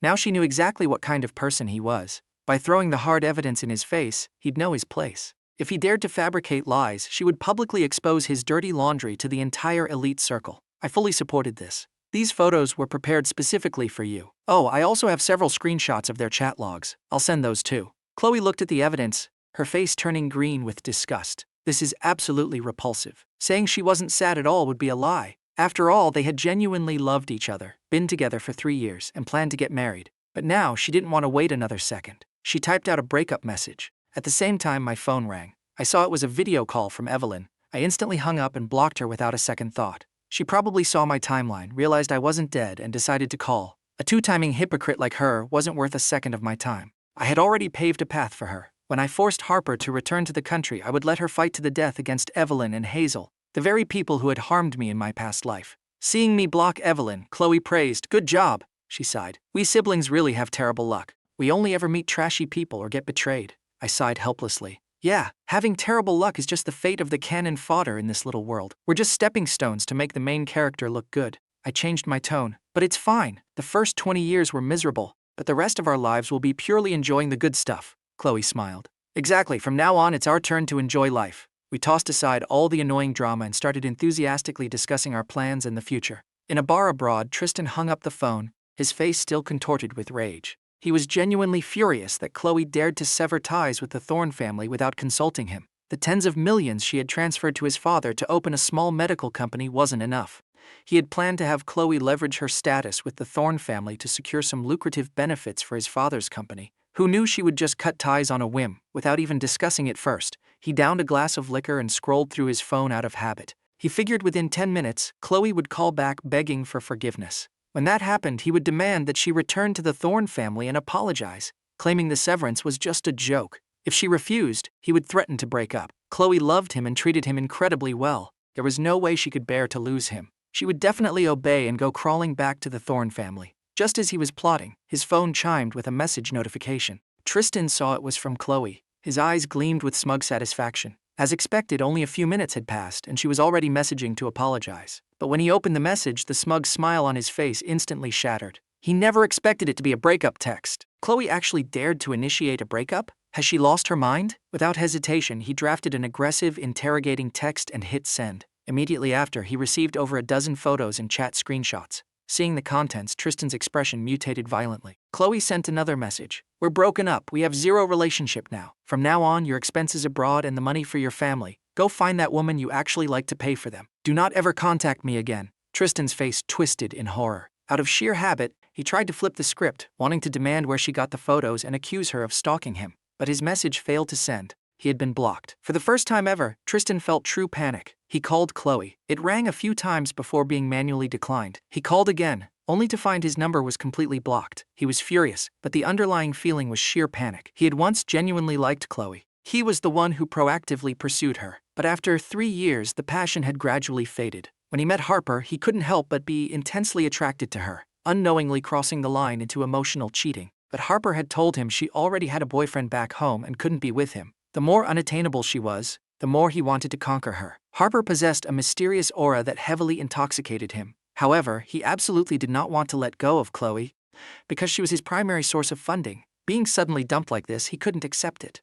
He couldn't just sit still. But no matter how hard he racked his brain, he couldn't figure out who could have possibly obtained his chat logs. Ultimately, he called Harper. On the other end, Harper was sitting with a terrifyingly dark expression. The floor was littered with shattered objects she had smashed in a rage. When her phone rang and she saw Tristan's name, a look of pure disgust flashed across her face. She was about to hang up but reconsidered, suppressed her annoyance, and answered. After hearing him out, her expression drastically changed. Send me your location. I'm coming to find you. She hung up, closed her eyes, and desperately tried to force herself to calm down. This morning, her father had called, furiously interrogating her about why she tried to murder Serena. She denied it, but he sent her irrefutable proof. Evidence that she had remotely manipulated Serena's bodyguard into pushing her into the ocean. Immediately after, he froze all her cards, withdrew all his investment capital from her company, and explicitly declared he was cutting all ties with her forever. But what infuriated Harper even more was the phone call from Thomas. I had not only survived jumping into the ocean, but I had also teamed up with Chloe to completely sever ties with the Thorne family.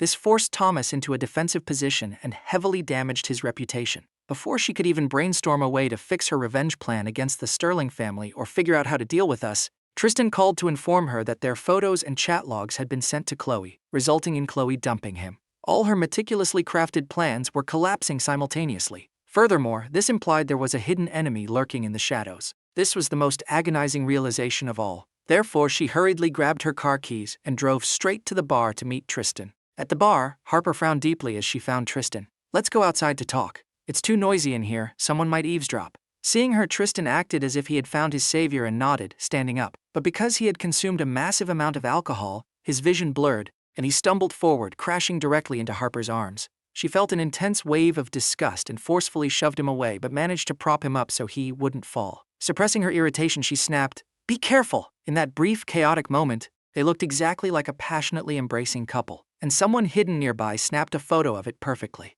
Tristan steadied himself and followed Harper to her car. She cut straight to the chase. "Show me the messages Chloe sent you." Tristan handed her the phone. Seeing the photos and chat logs, Harper's expression mutated instantly. "Could anyone have secretly looked at your phone and taken pictures of your chats?" Tristan shook his head adamantly. "I thought about it carefully. I live alone, my phone is always on me, and I've never lent it to anyone. I suspect the leak came from your side." Harper, being an elite hacker, was incredibly paranoid and cautious with her devices. She never allowed anyone except Thomas to even touch her phone. She frowned heavily. "I suspect our phones have been compromised by a hacker. Let me check." Tristan nervously asked. "How does it look?" He knew Harper was a legendary hacker, famous since their university days. Harper shook her head. "I don't see any traces of intrusion for now." Tristan panicked completely. "Then what are we supposed to do? All his expenses abroad and the money sent to his family came directly from Chloe. Now that he was dumped and blocked, how was he supposed to survive?" Harper was equally frustrated and irritated. She thought for a moment. "I'm planning to return to the country. What about you?"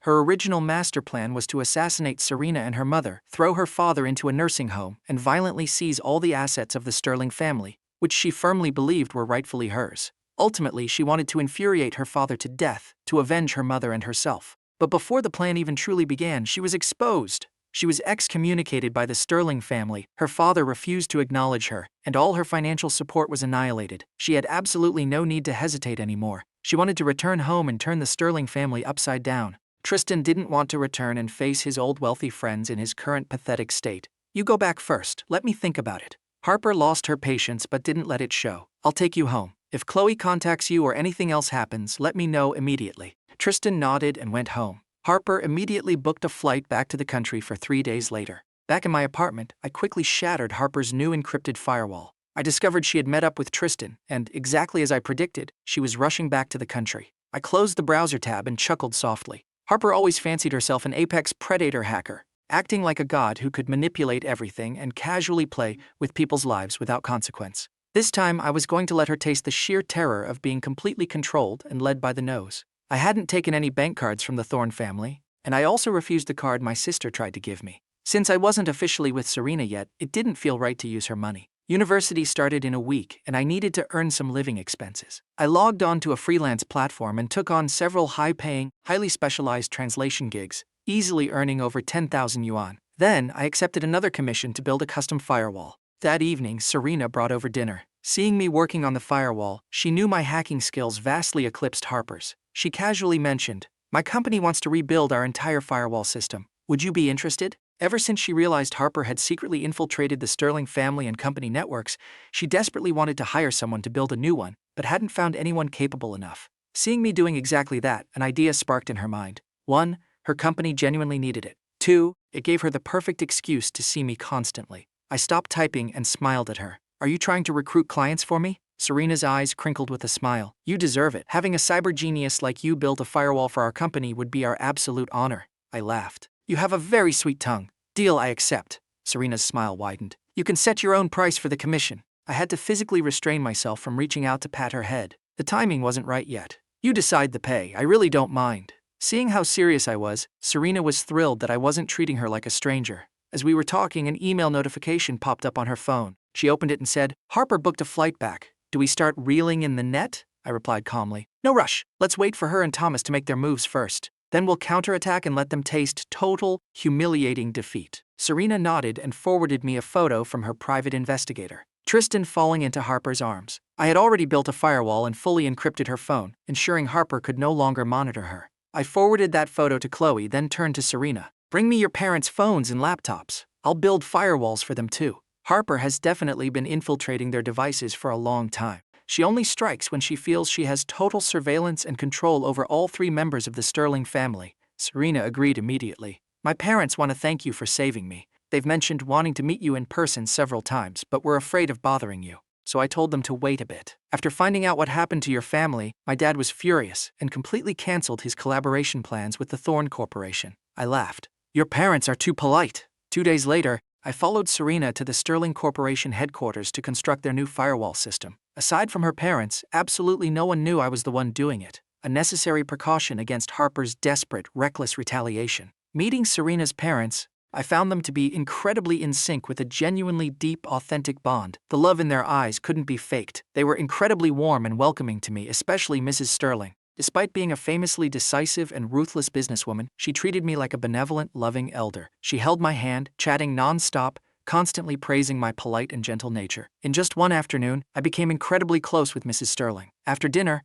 I returned to my apartment. Harper secretly slipped back into the country without informing Charles Sterling, and the private investigator Serena hired to tail her. He was completely shaken off her trail. When bringing me food, Serena Sterling reminded me that Harper Sterling possessed incredibly strong counter-espionage skills. I hired highly paid foreign ex-special forces, and they still lost her trail, she said. I replied, it's not that her counter-espionage skills are that godly. It's because she installed anti-tracking software on her phone. Within a 1-kilometer radius, any network device like phones or computers will be detected. The people you hired were definitely spotted. Their constant presence in her vicinity clearly screamed surveillance. So, she just adjusted her monitoring range and easily shook them off. I had to admit, Harper truly lived up to the title of the chosen one by the male lead. Her talent and capability in network technology were genuinely impressive. According to the intel I dug up, Harper was exposed to networks at age 3, self-taught hacking, and by age 6, she could infiltrate people's phones and computers. By 7 or 8, she was already hacking into corporate databases protected by high-level firewalls.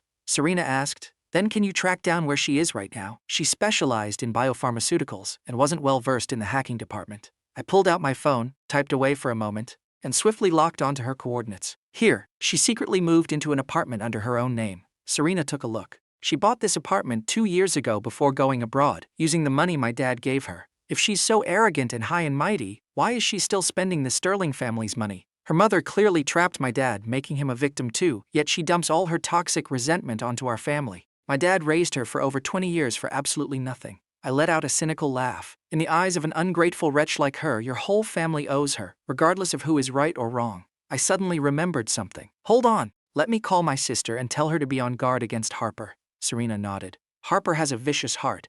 Your sister really needs to be careful. I called Chloe Thorne and informed her that Harper had secretly sneaked back into the country. Then I asked, have you transferred Tristan Hayes his living expenses for this month yet? She replied, not yet. If we hadn't broken up, I was going to send it next week. I thought for a moment. Then prepare yourself mentally. Next month he might come crawling back to the country. I had looked into Tristan. He lived an extremely extravagant lifestyle abroad, using luxury brands for food, clothing, and travel. The money she sent every month was entirely squandered by him. His family had also scraped together all their funds to open a small medical company, banking entirely on the Thorne family for support. Now that Chloe had cut ties with the Thorne family, his family's grand master plan was shattered, and their investment capital was stuck. So, it was highly likely he would try to leech off her again. Chloe scoffed over the phone. Do you think I'm an idiot? Don't worry, I won't give him the time of day. She suddenly remembered something else. Oh, by the way, are you participating in the new medical equipment exhibition at the end of the year?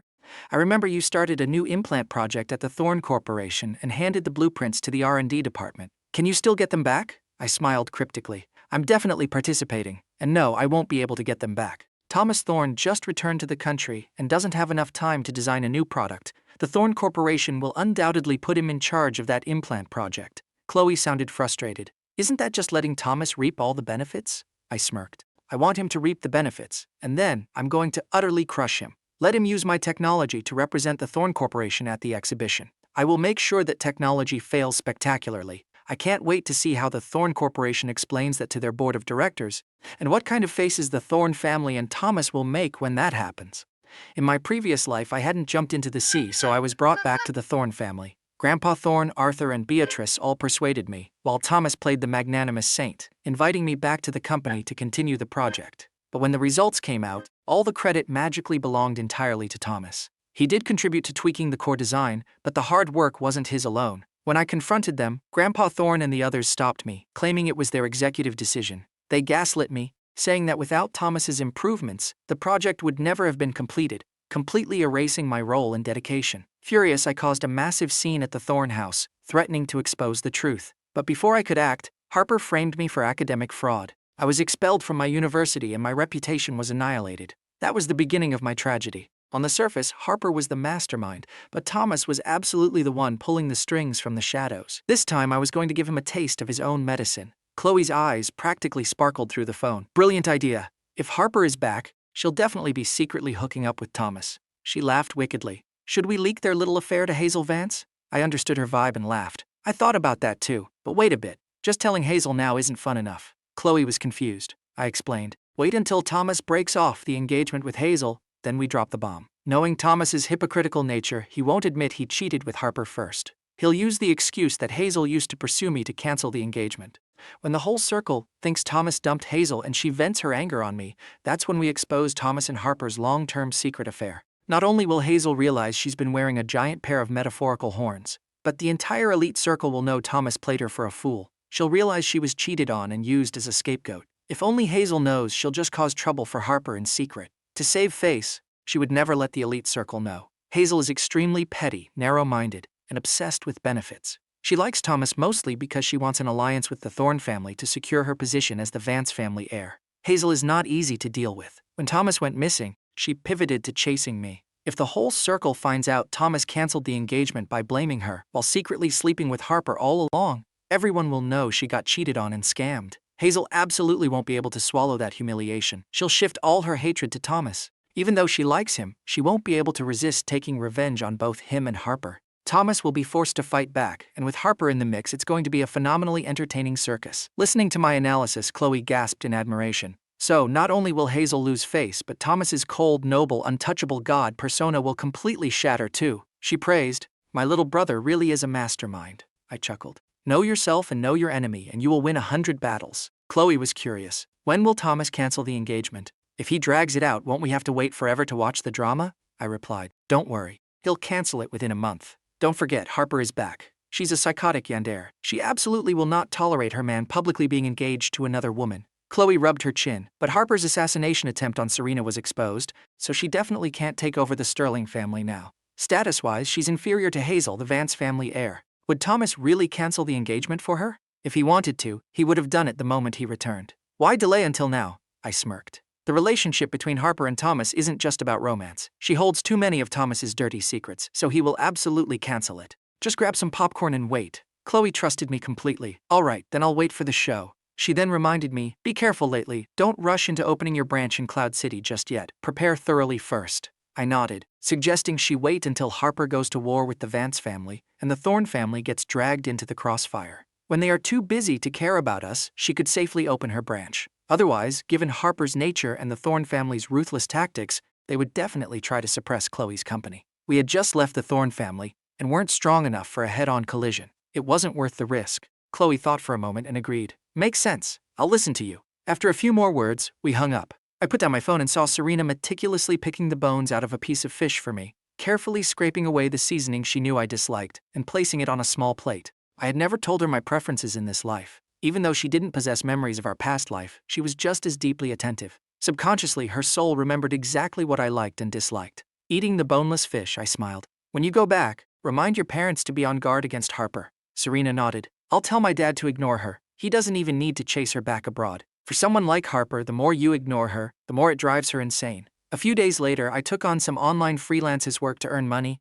while simultaneously absorbing more biomedical engineering knowledge from the database. Every day, Serena brought food and we ate together. She was a brilliant biopharmaceutical student and already had experience running a company in the same industry. After meals, we would exchange professional insights. Today, Chloe brought some fruit over. While eating, I casually scrolled through my phone and, out of habit, checked the surveillance on Harper. To my surprise, I found her contacting Thomas. I immediately grabbed my laptop and hacked into the cameras Harper had installed in her own home. She was extremely controlling and wildly overconfident in her hacking skills. Ever since imprisoning Thomas, she had developed a habit of installing cameras in every corner of her living space. I manipulated the laptop and a video window popped up. I maximized it. Chloe, sitting next to me, leaned in to watch. In the video, Harper stood up to open the door. Thomas walked in. The moment she closed the door, she threw herself at him, kissing him passionately before dragging him into the bedroom. I swiftly blurred the figures on the screen. If I were watching this alone, I'd do the same. Watching this live action with my sister was just slightly awkward. Chloe was utterly shocked. I didn't expect Thomas to be so uninhibited. These two are in such a rush they didn't even say a single word before getting down to business. She sighed. Thomas really keeps surprising me, I chuckled. I wonder what Hazel would think if she saw Thomas like this. From what I know as his fiancée, she hasn't even gone this far with him yet. I closed the laptop slightly. Chloe probably wanted to murder them both. What woman could stand seeing her fiancé getting this intimately entangled with someone else? Especially someone as vicious and petty as Hazel. Chloe laughed wickedly. Make sure you save this video. When Thomas cancels the engagement, I am personally sending this to Hazel for her viewing pleasure. I knew she was feeling petty and aggrieved, so I agreed. No problem. When the time comes, I'll send you a few extra bonus clips. Harper has hundreds of videos exactly like this saved on her computer. Chloe clicked her tongue. These two really know how to play. After waiting for about an hour, I opened the laptop again. Moments later, the two people in the video finished their business and started talking. Harper hugged Thomas and demanded, "When are you going to cancel the engagement with Hazel?" Thomas remained silent for a moment. "It's not the right time yet. The Vance family is developing a new project that is highly beneficial to the Thorn Corporation. We are currently negotiating a partnership." Harper suddenly pinched Thomas's chin, forcing him to look at her, her eyes blazing with jealousy. "You just can't bear to leave Hazel, can you?" Thomas, knowing she was angry, thought for a second and told the truth. "The Thorn Corporation is collaborating with the Vance family. If I cancel the engagement now, my family will blame me." Watching secretly, Chloe rolled her eyes. "Our dear brother is the undisputed champion of passing the buck. He clearly doesn't want to let go of the Vance family's resources, yet he pushes all the blame onto his family." Hearing Thomas's words, Harper's expression softened. "Is the Vance family's new project really that important to you?" Thomas replied smoothly. "It's not for me, it's for the Thorn family. Grandpa and my parents already abandoned my little brother and sister for my sake. I don't want to cause them any more headaches over this project." I literally rolled my eyes. Thomas was so unbelievably fake. Yet, Harper actually bought it. She said, "Break off the engagement with Hazel. I'll get you the Vance family's project blueprints." She was used to getting whatever she wanted by any means necessary. Thomas wasn't surprised by her capabilities but replied, "Even if you send them to me, it won't help the Thorn family much. Our company doesn't specialize in biopharmaceuticals. We lack both the personnel and specialized equipment." He wanted to integrate the Vance family's technology into the new implant project I had originally designed. If Harper had succeeded in her previous plan to assassinate Serena and take over her pharmaceutical company, he wouldn't need to string the Vance family along at all. Although Serena's company was founded by Charles Sterling to research heart medicine for her, over 20 years, it had vastly outgrown the Vance family's generational enterprise. Serena was a true genius in the field. Despite her youth, she had already invented specific targeted drugs and several high-demand new medications. The Sterling Pharmaceutical Company currently completely dominated the Vance family. In reality, Thomas desperately wanted the Sterling family's technology. He was hoping Harper would succeed next time. Harper's eyes flashed with dark resentment, furious that her previous plan had failed, causing a domino effect of ruined schemes. She thought for a moment, then declared, "Then I'll just take over the Vance family for you to play with. When I do, whatever partnership you want, I'll make it happen." "Thomas, you know my patience has a limit. I've already returned to the country, and I refuse to hide my identity anymore. I want to stand by your side openly and let everyone know you belong to me," she added with a chilling undertone. "If not, I really don't know what I might do." The threat was crystal clear. Thomas had to cancel the engagement, or else he knew the consequences. Thomas fully understood Harper's psychotic obsession. He wrapped an arm around her waist. "I want to be openly with you too. Give me a few days and I'll cancel it." Harper's idea to take over the Vance family wasn't bad at all. Although Hazel was the heir, she held no real power. How could that compare to Harper sitting in the CEO chair? Harper smirked and whispered in his ear, "I'll wait for you." And then they started round 2. I shut down the video. I had gathered all the crucial info. There was no need to watch the rest. Chloe looked thoroughly disgusted. "I have to say, those two are truly a match made in hell." She then asked skeptically, "Do you really think Harper can take over the Vance family just for Thomas to play with?" I looked at her with absolute certainty. She absolutely can do it. To deal with Hazel, Harper infiltrated the Vance family's network systems years ago. She can easily manipulate their core data, set traps to break their supply chains, and crash their stock prices. When that happens, she'll swoop in and buy up the shares. Combined with the shares she's been secretly acquiring over the past few years, changing the Vance family's name to Sterling won't be difficult. The Vance family was always part of her master plan. I paused. She actually used this exact same tactic to bankrupt a foreign company just as big as the Vance family, and merged it into her own assets. But because she was afraid of being detected by foreign authorities, she only did it once and stopped. Now that she's back, the Vance family is target number 1. Despite hating Harper, Chloe had to admit, her hacker skills aside, her scheming and capabilities are truly terrifying. No wonder she managed to seduce Thomas. She smiled, anticipating the chaos. "I can't wait. The good show is about to start." I smirked. "I'm looking forward to it too." On the first day of the university semester, Serena drove early in the morning to pick me up. We both attended Jing University. I was a junior. She was a senior. Seeing me dragging a suitcase, she asked, "Are you moving into the dorms?" I nodded. "I plan to start a project at school and will be in the lab constantly. Living in the dorms is just more convenient." Serena asked, "Is it the new implant project?" She had overheard me mentioning it to Chloe regarding the end-of-year medical exhibition. I smiled. "Not the implant. That project doesn't take much time. I already have the blueprints in my head. I want to build a heart rehabilitation device." Serena suffered from congenital heart disease. If left untreated by current medical technology, she likely wouldn't live past 30. I absolutely could not let the woman I loved die young. In this life, we were going to grow old together. Hearing this, Serena's eyes widened, unable to hold back. Are you doing this for me? I looked straight at her and nodded. Yes, I pulled you out of the ocean, and I don't intend to let you leave early. But to completely cure your heart, I'm going to need your help. I explained that in my original world, this disease was negligible. Infants born with congenital defects just needed to be placed in a medical repair pod for a few months to fully recover. Even severed limbs didn't need prosthetics. The repair pod stimulated regeneration, but current technology and materials weren't advanced enough to build one. Through recent research, I found a way to combine a rehabilitation serum with a rehabilitation device to treat it from 2 angles. My mental database had all the necessary info on the serum. You're a genius in biopharmaceuticals. You can research the serum. I've already mapped out the blueprints for the device. If everything goes smoothly, we'll have results within a year. Serena's eyes gleamed with pure joy. Thank you, Liam. Previously, she hadn't feared death, but now she was terrified. If she died, she wouldn't be able to stay by my side. Hearing her call me Liam affectionately, my eyes lit up. This time, I couldn't resist. I reached out and gently patted her head. No need to thank me. I'm doing this completely willingly. This was the first time Serena had ever been patted on the head by a guy, especially the guy she liked. Her ears turned bright red. She said, "Whatever you need me to do, just say the word." Seeing her reaction, my smile deepened. As expected, she was just as pure and innocent as before. I shifted the topic. Does your pharmaceutical company have any plans to expand into medical equipment? I didn't want to start my own company from scratch,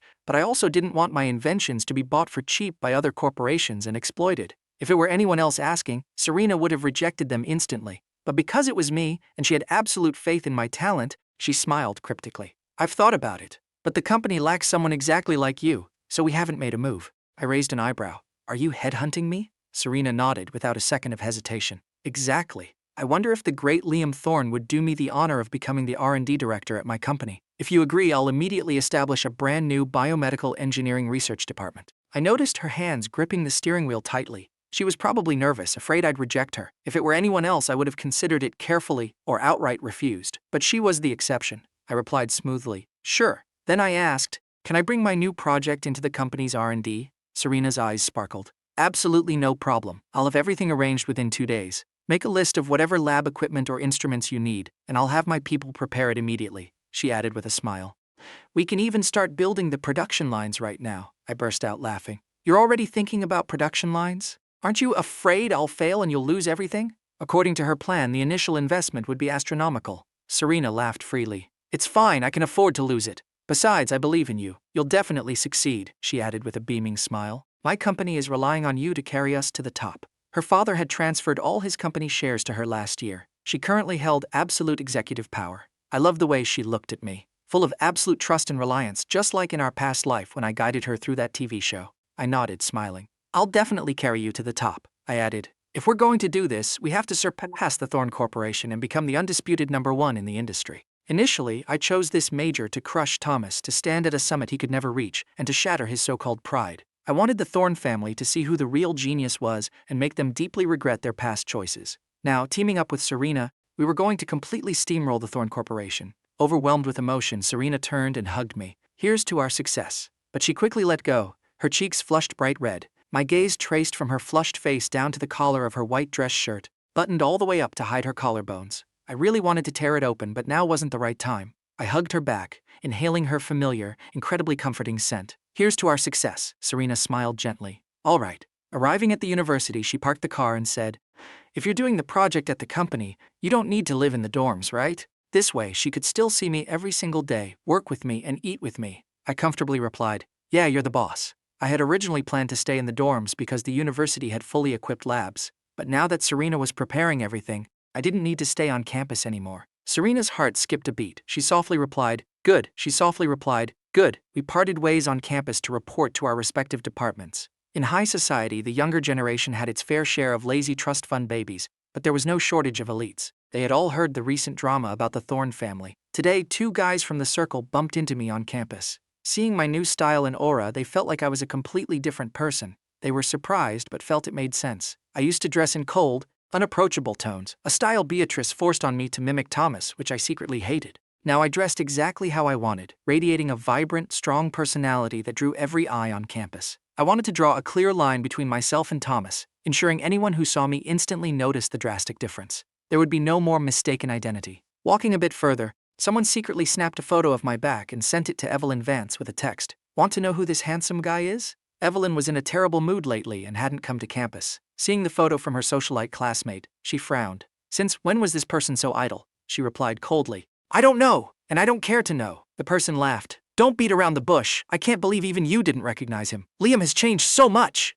Evelyn, initially apathetic, widened her eyes and quickly texted back. That's Liam? You're not messing with me? The person replied. Why would I lie? I just saw him and almost didn't recognize him myself. Then they joked. Since you two canceled your engagement, you wouldn't mind if I went after him, right? I gotta say, Liam is way more attractive now, especially after watching that viral video. His new vibe is totally my type. Evelyn's face turned icy. She texted back. Please don't make jokes like that. The person paused. You're not planning on getting back together with him, are you? Evelyn replied. Yes, I am. The more she couldn't contact me, the more she missed me. Unfortunately for her, I had changed my phone number. Chloe refused to tell her anything, and she couldn't figure out where I lived. The person was stunned. You like Thomas and now you're doing this? Even though they were friends, the circle disdained Evelyn for treating me as a stand-in. When the scandal broke out, they assumed Evelyn would be too embarrassed to ever face me again.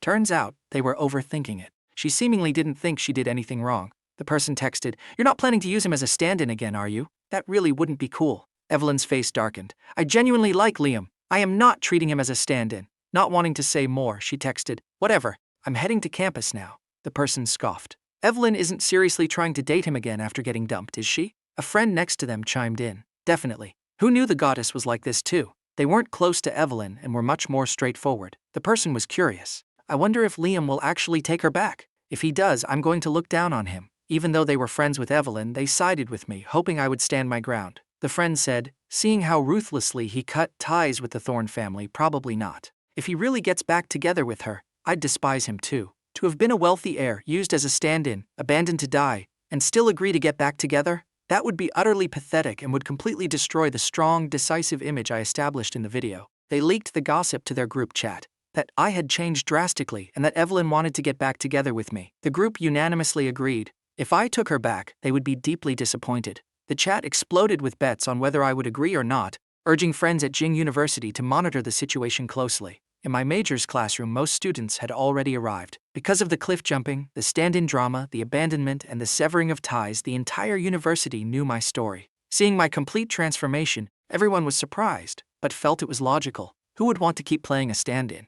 A male classmate I was close with in my past life waved at me, smiling. Liam, glad to see you're okay. I was worried sick. They used to feel outraged on my behalf and thought Evelyn was a goddess. Now, they just despised her. She's absolute trash. I smiled. Thanks. Two other guys I was friendly with also came over to chat. Everyone was tactful and intentionally avoided asking about the stand-in or the family drama. In my past life, I was always gentle and helpful, earning the goodwill of my peers. However, I noticed a few people who used to actively suck up to me now, pretending I didn't exist. They used to want to use me to get jobs at the Thorne Corporation, a top 3 company in the industry. To work in this specialized field post-graduation, you either joined a research institute or a massive corp like Thorne. But they didn't mock me. The university environment was still relatively pure compared to the outside world. I didn't care. Simply ignoring them in the future was fine by me. Tomorrow was the official start of classes. After receiving the schedule and textbooks, the class was dismissed. I walked downstairs with my 2 friends, chatting casually. The moment I stepped out of the building, Evelyn marched aggressively toward me from a distance. She was one of the university's goddesses. Everyone knew we used to date and were engaged. Now, knowing the stand-in drama and how she abandoned me, everyone assumed we were completely done. Seeing Evelyn appear, many students slowed down, hungry for drama. I wasn't surprised. I knew the person who snapped my photo earlier, and I guessed they would send it to Evelyn. I glanced at her, pretending she was invisible, clutching my books, and kept walking with my friends. Evelyn was stunned when she saw me. Even though she had seen the photo of my back, she never expected my entire aura to have changed this drastically. Seeing me pretend not to notice her, she felt a pang of frustration. She stepped forward to block my path and stared at me. We need to talk. I raised an eyebrow. I have absolutely nothing to say to you, Senior Vance. Knowing I was still angry, she tried to be patient. I want to explain. Just give me 5 minutes, please? I shook my head. No. Evelyn, in case you forgot, we canceled our engagement. Let me remind everyone right now. I turned to the crowd of onlookers. A week ago, I proactively broke up with and canceled my engagement to Senior Vance. We currently have 0 relationship. I hope everyone here can bear witness. Evelyn hadn't expected me to pull a stunt like this. Her face froze. Feeling the drama-hungry and even contemptuous stares from the crowd, she felt a flash of anger. This was the first time she had been publicly humiliated like this. But knowing she was in the wrong, she took a deep breath, looked at me, and said, I am truly sorry for what happened before. But I didn't just see you as a stand-in, I genuinely like you. To show her sincerity, she declared publicly, I want you to forgive me. Please, give me one more chance. I let out a cynical laugh. The person who chose to abandon me and let me die that day, wasn't that you? And now you're claiming you genuinely like me? That is the funniest joke I've ever heard. I stepped forward, closing the distance, my aura turning freezing cold. Furthermore, even if you suddenly had an epiphany and realized you like me, so what? If you like me, am I obligated to give you a chance? Are you still sleepwalking? I'm incredibly lucky I saw your true colors in time and kicked you to the curb. Why on earth would I dig through the trash to pick you back up? For the sake of basic politeness and to stop her from harassing me further, I gave my final answer. I do not forgive you, and I am not giving you a chance. I've said this before, if we meet again, we are strangers. That is my answer. Evelyn's face underwent a dramatic transformation. Hearing my sarcastic, merciless words, she stared into my eyes in disbelief. She found none of the warmth or closeness from before, only icy detachment. It proved I meant every single word. Suddenly, a sharp pain radiated through her chest. She felt utterly humiliated and heartbroken. Looking at my resolute, indifferent gaze, she was at a complete loss for words. Right at that moment, Serena walked over. The crowd gasped. What was she doing here? Serena walked straight up to me and asked, Are you done? I smiled warmly. All done. Let's go. Evelyn had seen the video of me cutting ties, knew Serena saved me, and knew she had accompanied me to the Thorn Mansion. Seeing Serena's attitude toward me, Evelyn's face turned pitch black. Ever since entering Jing University, she and Serena were known as the two goddesses of the biology department. They were constantly compared. In looks, Serena was the undeniable campus belle. In family background, the Sterlings crushed the Vances. In academics, Serena was always number one, leaving Evelyn permanently in second place. But because Serena was cold and rarely socialized outside of class, she was less popular than Evelyn. Evelyn had always viewed Serena as a rival, desperate to surpass her professionally. She never expected this White Lotus to target her man. Evelyn stepped forward, blocking my path again. Liam, I've thought a lot over the past few days. I am certain I don't see you as a stand-in. You and your brother are different. Liam, I haven't finished. Serena's face turned to ice as she ruthlessly cut her off. A good dog doesn't block the road. Evelyn was stunned. Despite being classmates for 3 years, they hadn't exchanged more than 20 words. Her face hardened. Serena, this is between me and Liam. It has nothing to do with you. Serena looked at her emotionlessly, her voice freezing cold. You're supposed to be an elite student, yet you can't even tell that Liam has absolutely no desire to speak to you. Can't you take a hint? I didn't want to waste another second on Evelyn, so I chimed in to support Serena. Exactly my thoughts. Evelyn, we have no relationship. Whether you genuinely like me in the past or present, I honestly don't care. I'm not a recycling bin. I don't collect garbage. Don't ever bother me again. After saying that, I looked at Serena. Let's go. Serena's icy expression instantly melted into a stunning smile. Okay, the two of us walked away together, leaving behind a crowd of gossiping onlookers and Evelyn, who stood there with a dark, brooding expression as she watched our backs retreat. Her eyes were filled with sinister resentment. Serena clearly wanted to steal her man. Unwilling to stay and endure more humiliation, she turned and left coldly. Little did she know this entire three-way Shurafield drama was secretly recorded by someone and sent to their close friends. The video rapidly circulated through high society. Even people who disliked Evelyn intentionally posted it on their timelines with the caption, "Well done, Liam Thorne," attached to the video. Not only did Evelyn become a laughingstock at the university, but many elders in the elite circle explicitly warned their children not to emulate her. Making a mistake is bad enough, but humiliating yourself publicly afterward is just pathetic. Hazel Vance saw the video shared in a group chat and felt a surge of absolute schadenfreude. Pretending to be concerned, she showed the video to Grandpa Vance. After watching it, he was furious, feeling disappointed in Evelyn for the first time, the granddaughter he had always placed high hopes on. But he also grew to deeply despise me. That Thorne brat has gotten way too arrogant lately. He left the Thorne family. If they want to tolerate his insolence, fine, but the Vance family has no obligation to put up with it, he told Hazel. Go teach him a lesson and make him lose face. But Grandpa Vance knew I wasn't an easy target. I dared to call his granddaughter garbage in public. That was too far. Hazel wasn't thrilled either. Grandpa is too biased. But outwardly, she feigned anger. Liam went too far. I will teach him a lesson on my sister's behalf. She didn't dare argue with her grandfather, but she also didn't want to clash with Evelyn directly, so she decided to vent all her frustrations onto me. I had rejected her in the past, making her lose face. But how exactly could she humiliate me? She needed a solid plan. Before she could brainstorm, she received a call from Thomas, asking to meet. Thinking Thomas was no longer angry with her, Hazel dressed up gorgeously and headed to the cafe. Thomas was stirring his coffee, deep in thought. He had seen the video of me and Evelyn and was highly surprised. He purposely chose today to meet Hazel because the drama between Evelyn and me was currently monopolizing everyone's attention in the elite circle. The Vance family would undoubtedly blame me. He planned to use caring about me as his excuse to cancel the engagement, shifting all the Vance family's resentment squarely onto my shoulders. Harper had thought the exact same thing. Today, Serena confronted Evelyn over me. Tomorrow, it might be Hazel confronting me. If both sides fought until they were mutually crippled, Harper could easily swoop in and seize the Vance family, or the Sterling family. Therefore, this was the absolute perfect time to cancel the engagement. Hazel walked up. Thomas snapped out of his thoughts and looked at her.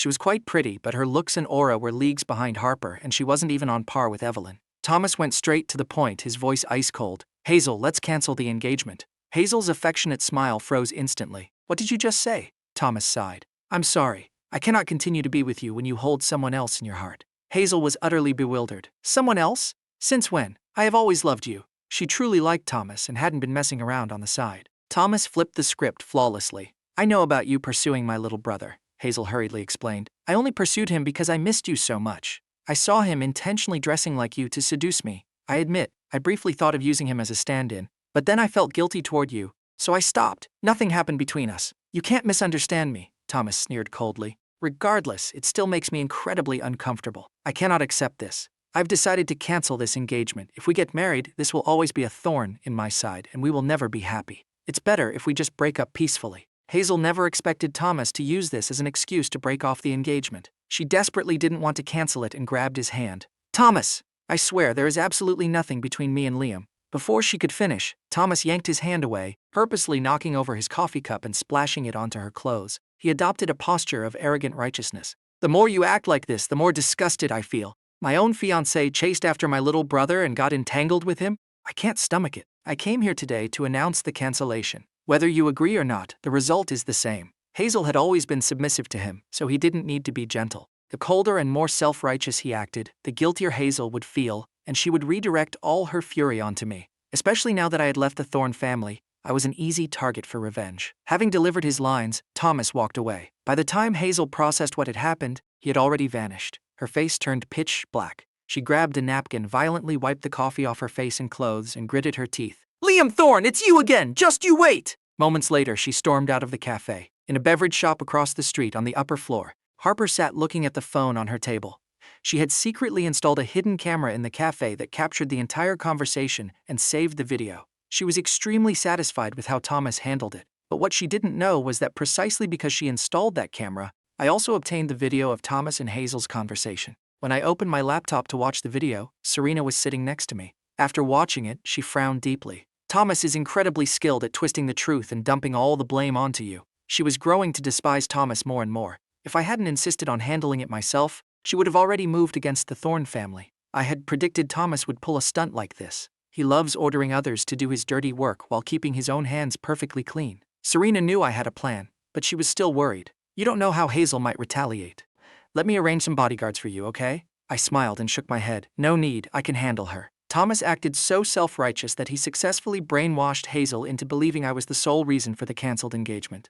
I guessed she would aggressively seek me out to humiliate me, then probably record a video to send to Thomas, proving her loyalty and begging for his forgiveness. I smirked. I'm just sitting here waiting for her to come and humiliate herself. Seeing my confident smirk, Serena smiled softly. Thomas and Harper have no idea you're the predator lurking right behind them. I raised an eyebrow playfully. Am I just a predator? Serena replied fiercely. The smartest, most brilliant predator. I burst out laughing and leaned in, proactively planting a kiss on the corner of her lips. Your reward. Serena froze, her fingers lightly touching the spot I had just kissed. Seeing me about to stand up, she grabbed my hand. Liam, you know I like you, right? I smiled, leaning down to kiss her again. I know, and I like you too. My lover in this life was too reserved, which forced me to take the initiative. Serena's ears flushed crimson, but her eyes blazed with intense emotion. Having me proactively kiss her and confess, she whispered with overflowing affection. I really, really like you. It felt as if her love emanated from the deepest depths of her soul. One look, and it felt like a millennium. I replied, I know. We didn't need to waste time in the ambiguous talking phase.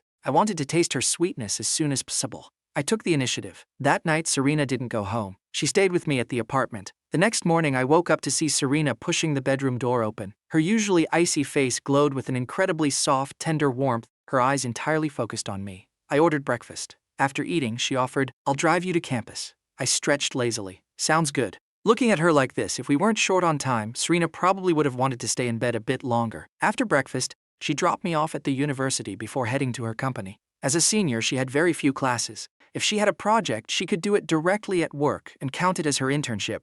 I had already sent her the list of necessary equipment, and she was heading to the company to arrange everything so we could start working together as soon as possible. When I walked into class, many people looked at me with curious eyes. As soon as I sat down, my two friends leaned in. One of them winked and asked, "Liam, can I ask you something?" "What exactly is the relationship between you and Goddess Serena?" I answered casually. "We're dating." Everyone around us was shocked.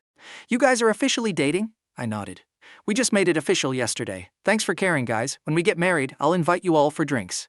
The entire class was floored again. If Evelyn found out, she would probably die of heartbreak. Most people offered sincere congratulations, but a few secretly thought Serena and I wouldn't make it to the altar. Even though I had cut ties with the Thorne family, they didn't think I was a suitable match for the heir of the Sterling Empire. Moreover, even if we did marry, it wouldn't last long because of her heart condition. Rumor had it she wouldn't live past 30. They thought this, but didn't dare say it out loud, not wanting to offend Serena or me. The news that Serena and I were dating spread through the university at lightning speed. Today, Evelyn hadn't come to campus, but she received a barrage of texts from friends asking if she was okay and relaying the news that Serena and I were officially a couple. Last night, she was severely reprimanded by Grandpa Vance. This morning, she was subjected to sarcastic remarks from her aunts and uncles, losing all her face. Her father had strictly forbidden her from seeking me out again. Her mood hit rock bottom. Reading the messages, the usually gentle Evelyn completely lost it and smashed everything in her bedroom. Meanwhile, at Jing University, Hazel arrived on campus, determined to prove to Thomas that she had absolutely zero interest in me. During the lunch break, she texted me to meet her at the campus gates.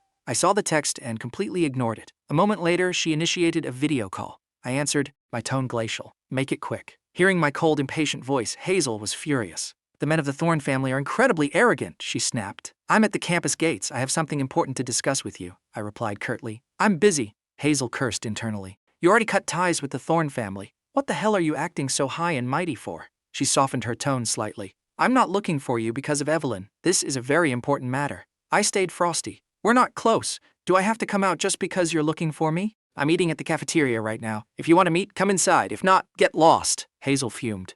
I clearly came here to pick a fight, so why am I letting him dictate the terms? So annoying. But on second thought, the cafeteria would be crowded. That was perfect. She could publicly draw a clear line between us with everyone as witnesses, and regain some face for the Vance family to please her grandfather. She nodded. "Fine. Wait for me in the cafeteria." I hung up and headed to the cafeteria with my friends. I had barely taken a few bites of my food when Hazel aggressively stormed in. She was wearing a haute couture dress, clearly not a student, instantly drawing everyone's attention. She scanned the room and quickly spotted me sitting in the center. With my new look and aura, I was easily the most standout person in the room. Hazel marched over and stood right in front of me. I looked up. "What do you want?" She launched her attack immediately. "Liam Thorne, what exactly did you say to Thomas that made him misunderstand our relationship?" I raised an eyebrow.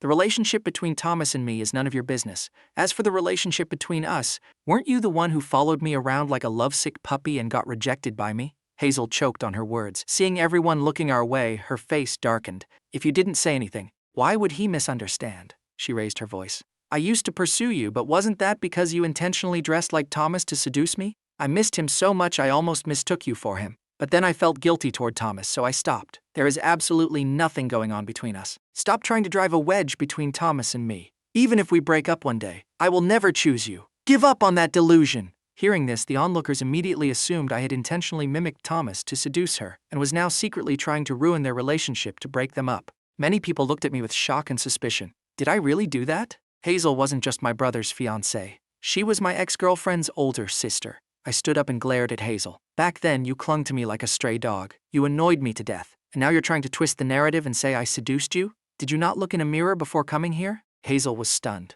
"What did you say?" I looked at her with pure disgust. "Even Evelyn is just trash that I refuse to pick back up. What makes you think you're any better? Your looks, aura, and capabilities don't even hold a candle to hers. Am I insane? Why would I try to seduce you?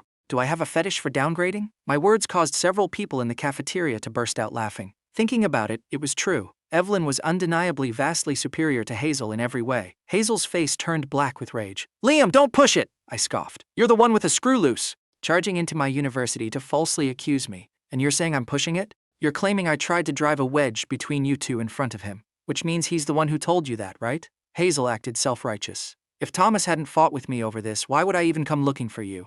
I laughed cynically. "Oh, so Thomas dumped you, and you're blaming me? He wants to cancel the engagement, doesn't he?" Hazel's expression didn't change, but she was shocked. "How did you know he wants to cancel it? He hasn't told anyone. She narrowed her eyes. Are you guys really that close? He voluntarily told you? I laughed coldly.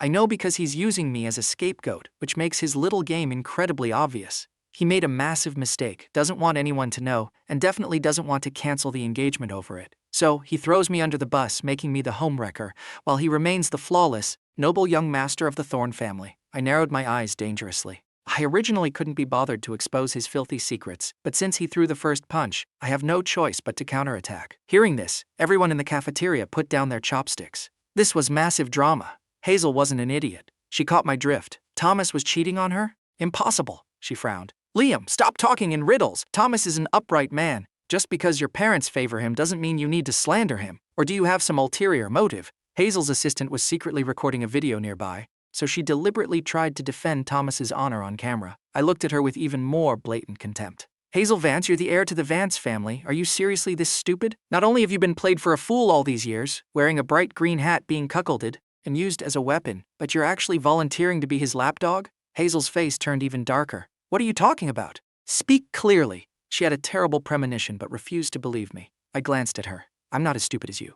I don't spout nonsense without evidence. I pulled out my phone, opened a pre-prepared photo album, intentionally tilted the screen so the students at the next table could see, and handed it to Hazel. Someone sent me all the photos in this album. During the time Thomas was supposedly studying abroad, he was already cheating. 3 years ago, he wasn't kidnapped and imprisoned by foreign mercenaries. He was taken by this person, and they lived together, ate together, and traveled together for 3 solid years. Take a look at the photos. Once you do, you'll understand exactly why Thomas wants to break up and cancel the engagement. He simply has no use for a pathetic backup tire like you. Hazel stared at me in disbelief. She took the phone and scrolled through the album. Many photos were taken from surveillance cameras, complete with timestamps, showing Thomas and Harper being incredibly intimate, holding hands, passionately hugging, and making out. From their youthful appearances to their current mature looks, wearing different clothes in every shot, the photos clearly spanned many years. Hazel's voice trembled. You photoshopped these, didn't you? I let out a cold laugh. Hazel, I didn't expect you to be stupid enough to deceive yourself. I'll send these photos to you later. Go hire an expert to check if they're photoshopped or not. I twisted the knife deeper. As his fiancée, you haven't even been this intimate with him, have you? You acted like his devoted lapdog for years, yet you still lost to an illegitimate daughter. Does that tell you how much of a pathetic failure you are? Thomas couldn't care less about you. Hazel looked up at me, her eyes dark and hateful. You did this on purpose, didn't you? I smiled arrogantly. Yes, I did it on purpose. What, is Thomas allowed to smear my name behind my back? Use you to attack me so he and his mistress can hold hands in public sooner, but I'm not allowed to fight back. I added cryptically. You guys provoked me first, otherwise I wouldn't have bothered wasting my time on you. Hazel's face turned completely green. She knew I was telling the truth. For years, she hadn't just been cheated on, she had been completely played. Thomas always acted so aloof and pure in front of her. She wanted to hug and kiss him, but he always told her they had to wait until they were married. Yet the photos showed him proactively kissing that other woman. Hazel gritted her teeth. Who is that woman? She had never met her, but judging by her beauty and aura, she was no ordinary person. I snatched my phone back and teased, You'll have to ask Thomas about that. She screamed, Send me the photos! At this point, Hazel had entirely lost any desire to pick a fight with me. Her chest heaved with fury. She spun around and stormed out rapidly, desperate to escape the humiliation and find Thomas for answers. As she neared the door, I called out after her. You've been Thomas's lapdog for years. I truly hope this time you can finally stand up and act like a human being. Hazel nearly tripped. She whipped her head around and glared at me. Watch your mouth! Don't cross the line! I raised an eyebrow. You demeaned yourself and let people use you, and now you're blaming me? If you run fast enough and find them right now, who knows, maybe you'll catch them in the act. I laughed, reveling in her misery. I knew she was regretting coming to the cafeteria to find me. She just humiliated herself, and now the entire university knew she had been cuckolded and used by Thomas. She glared at me one last time.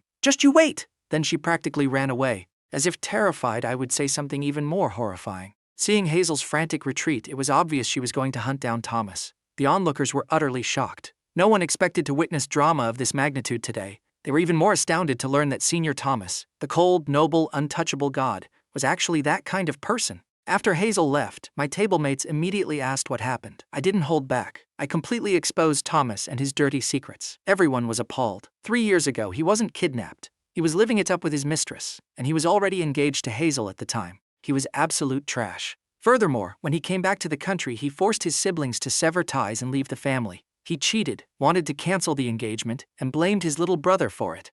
Those who used to have a good impression of the brilliant Thomas completely changed their tune. He might be talented, but his character was absolute garbage. No one liked a hypocrite. After lunch, I lay on my bed in the dorm, grabbed my phone, and selected several photos of Thomas and Harper, along with the surveillance video, specifically highlighting the timestamps and locations. I posted them on my timeline with the caption, "Thomas Thorne has repeatedly cheated while having a fiancée. He wants to cancel his engagement for his mistress but uses me as a human shield. Well, I guess I'll just have to do him a favor and expose him. Here is the evidence. Feel free to watch, don't be shy." Next, I posted the video of Thomas ruthlessly breaking up with Hazel. My social media timeline was mostly filled with the younger generation of the elite circle. These two posts made everyone go absolutely ballistic. No one expected Thomas to be this terrible, cheating, framing his estranged little brother, and goading his ex-fiancée into causing a scene at my university. Previously, his icy, arrogant demeanor made everyone think he was pure and noble. Turns out he was filthy behind closed doors. Under the two videos, aside from thousands of likes, the comments were ruthless. "Thomas plays dirty. Look at the timestamps on those photos from 3 years ago. Was he kidnapped, or was he on a 3-year honeymoon?" Thomas, entirely oblivious to the online explosion, was currently enjoying a romantic dinner with Harper in a private VIP room at a restaurant. Hazel had tracked down his location. She violently kicked the door of the private room open. Inside, she saw the two of them kissing passionately. Startled by the kicked door, Thomas and Harper turned to see Hazel. Both were visibly shocked. Hazel's face was completely black with rage. "Thomas, you are absolute garbage. You dared to sneak around and do this behind my back? You made a mistake and blamed Liam to cancel our engagement?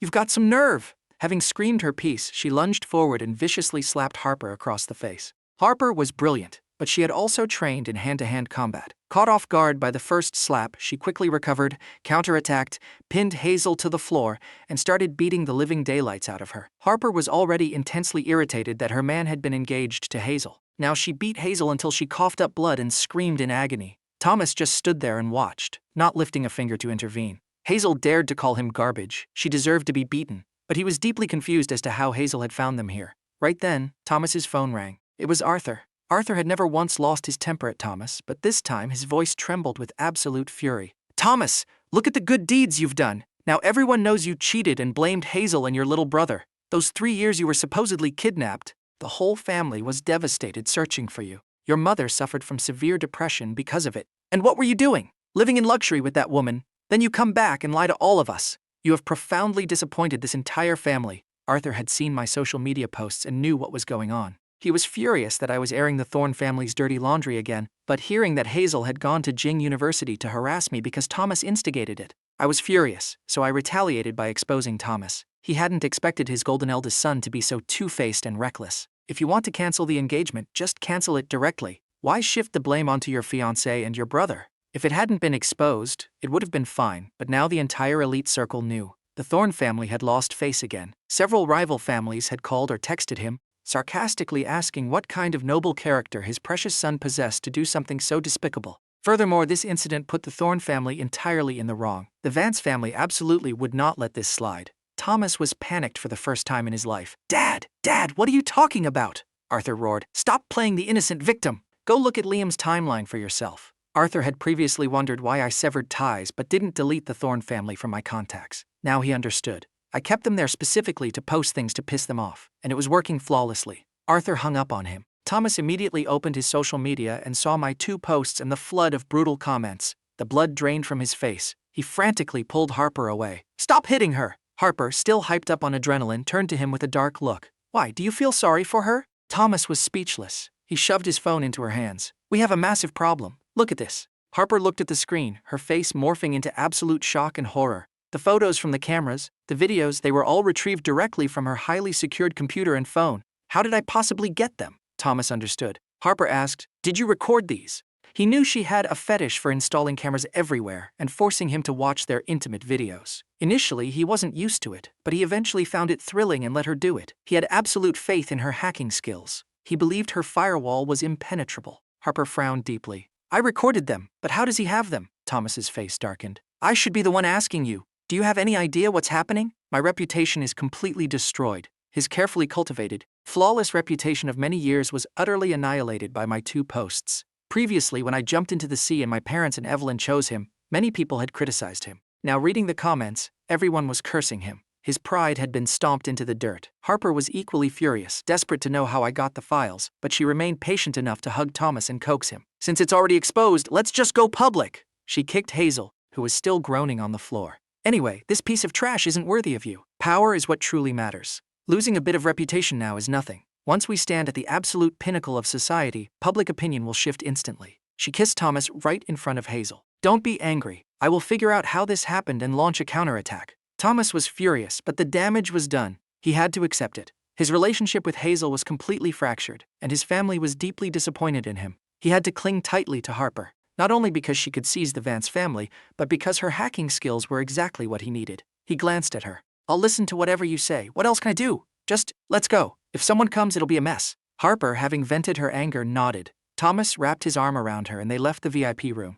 Hazel lay battered on the floor. Her face was swollen, her body bruised, and she was coughing up blood. Clutching her chest, her eyes burned with toxic venomous hatred as she watched them leave. She burned this grudge into her soul. She would absolutely get her revenge. Thomas, that despicable scumbag, she would not spare him either. Hearing them mention my social media posts, she knew she had also lost all her face. From now on, the entire circle would look at her like she was the world's biggest idiot. The thought infuriated her so much, she coughed up another mouthful of blood. Struggling, she grabbed her phone, called her dad, and called an ambulance. She wanted to call the police, but she was terrified of the scandal blowing up even further. If people found out she was beaten to a pulp by her ex-fiancé's mistress, the humiliation would be unbearable. She gritted her teeth and swallowed the pain. But the news of Hazel's hospitalization couldn't be hidden from me. I retrieved the camera footage of Hazel storming into the room, followed by Thomas casually walking out with Harper in his arms, while Hazel was carried out on a stretcher, her face swollen and lips bloody. I sent the photos anonymously to someone who hated Hazel.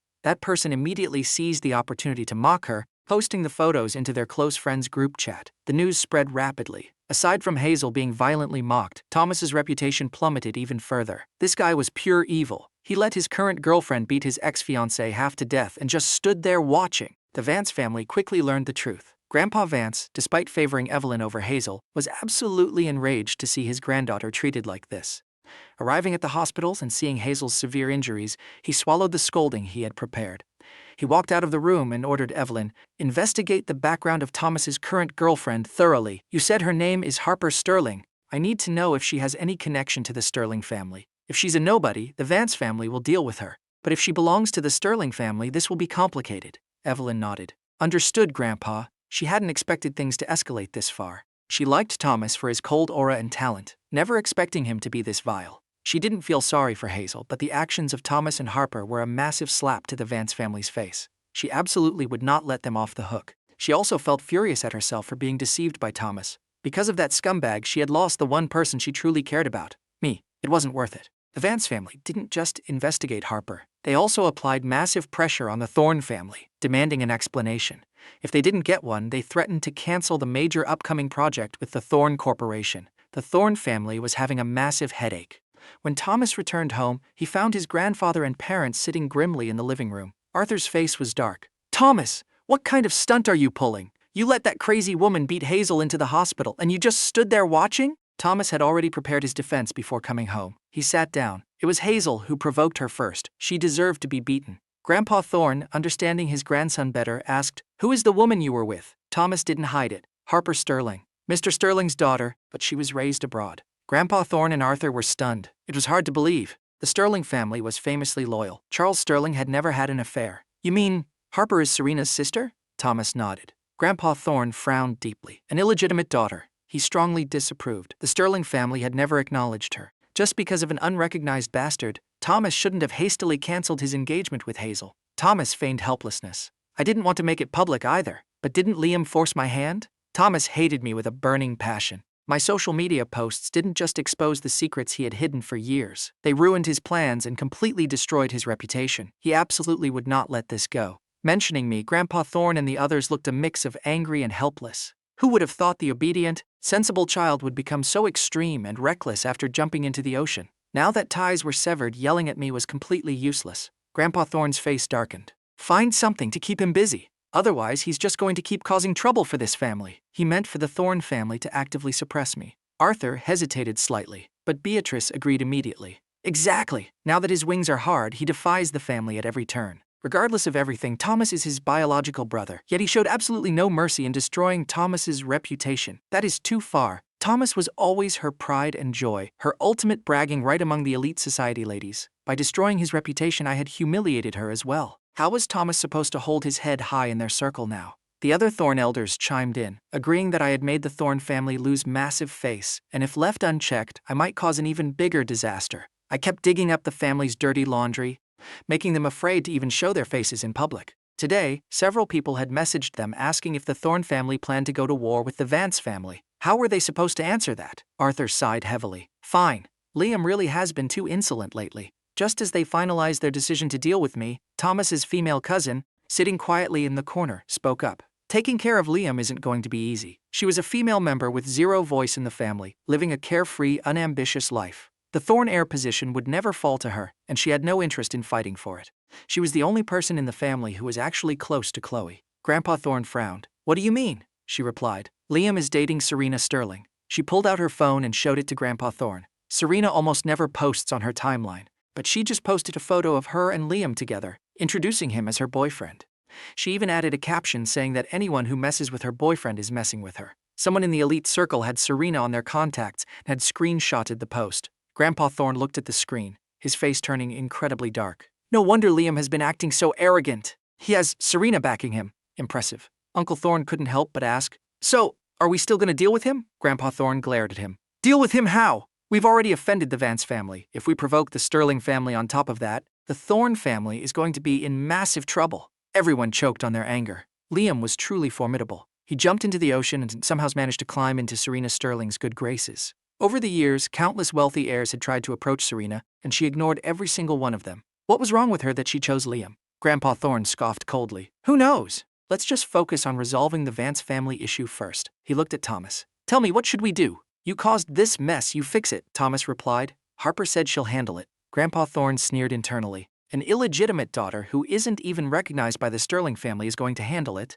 What can she do? Thomas knew that if he didn't explain clearly, the family would oppose his relationship with Harper. He thought for a second and revealed the truth. She is a top 10 world-class hacker. The Vance family will soon be completely taken over by her. Just wait and see. Thomas wanted the Thorne family to prepare themselves mentally. Grandpa Thorne and the others were highly suspicious. Is that true? Thomas was resolute. I guarantee it. Within 3 months, the Vance family will face a massive crisis. Broken supply chains and crashing stock prices. Harper has already secretly acquired 12% of the Vance family's shares. When the time comes, she'll buy the majority and become the largest shareholder and chairwoman. Once she controls the Vance family, any partnership we want, we'll get. If you don't believe me, just wait 3 months. Grandpa Thorne was half skeptical, but decided, fine, 3 months, we can wait. Let's shelve the Vance family issue for now. If Harper truly took over the Vance family and cared for Thomas, it would be a massive windfall for the Thorne family. They were willing to wait. Currently, the Thorne family was at odds with the Vance family, but bowing their heads to apologize was simply impossible.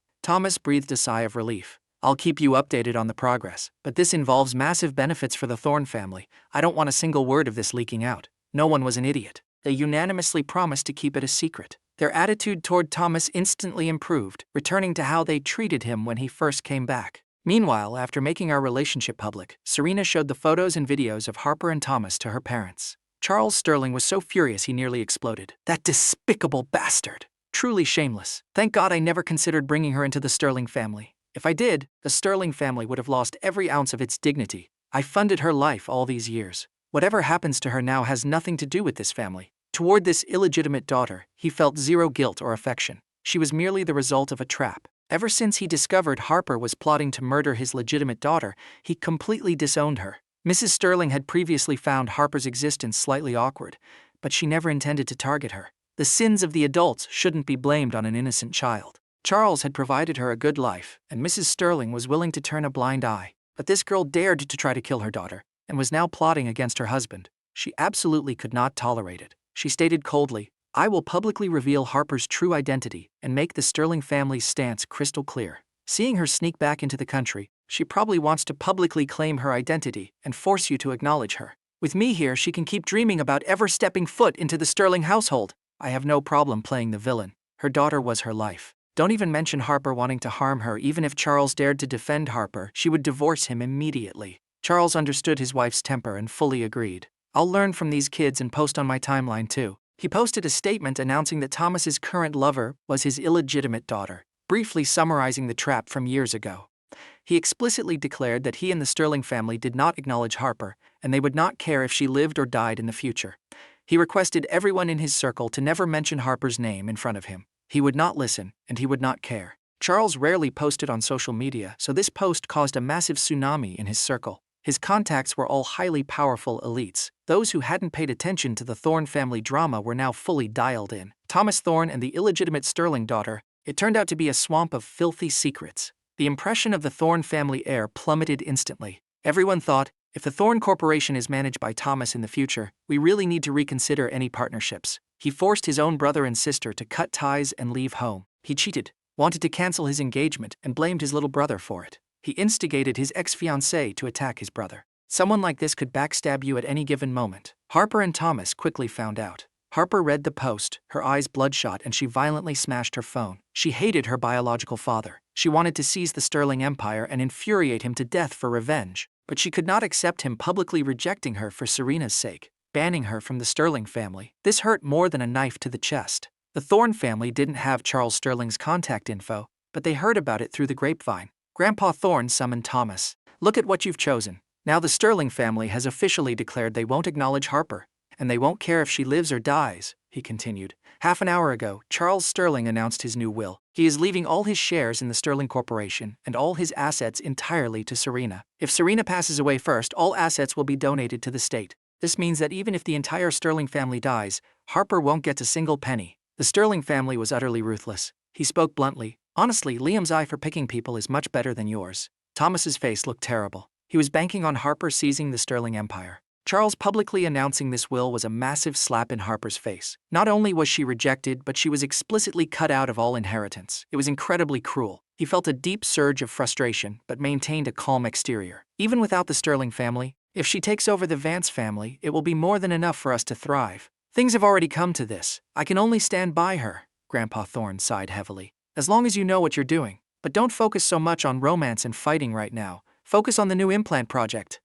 The end-of-year medical exhibition will determine how far the Thorne Corporation can go. Thomas nodded. Leaving the study, he called Harper, cutting straight to the chase. Your father just created a new will. Harper fell silent, then said, I know. She had seen the second post via an alt account. She knew he did it to protect Serena and target her. Did she want to interrogate him? Why? They were both his daughters. She had nothing, while Serena had everything. But her pride wouldn't allow it. The hatred in her heart deepened. She paused, then declared, First, I'll take over the Vance family. One day I will take back the Sterling family too. If she couldn't inherit it legally, she would use the exact same methods she used on the Vance family to destroy the Sterlings. Thomas felt reassured. Exactly. If the Sterling family won't give it to you, just take it. Don't overthink it. Focus entirely on attacking the Vance family right now. Harper agreed. But she didn't tell Thomas that she currently couldn't attack the Vance family. Serena had erected an incredibly powerful firewall. She couldn't break through it yet. Previously, the phones and computers of Mr. and Mrs. Sterling and Serena's were entirely under her surveillance. Now she couldn't infiltrate them at all.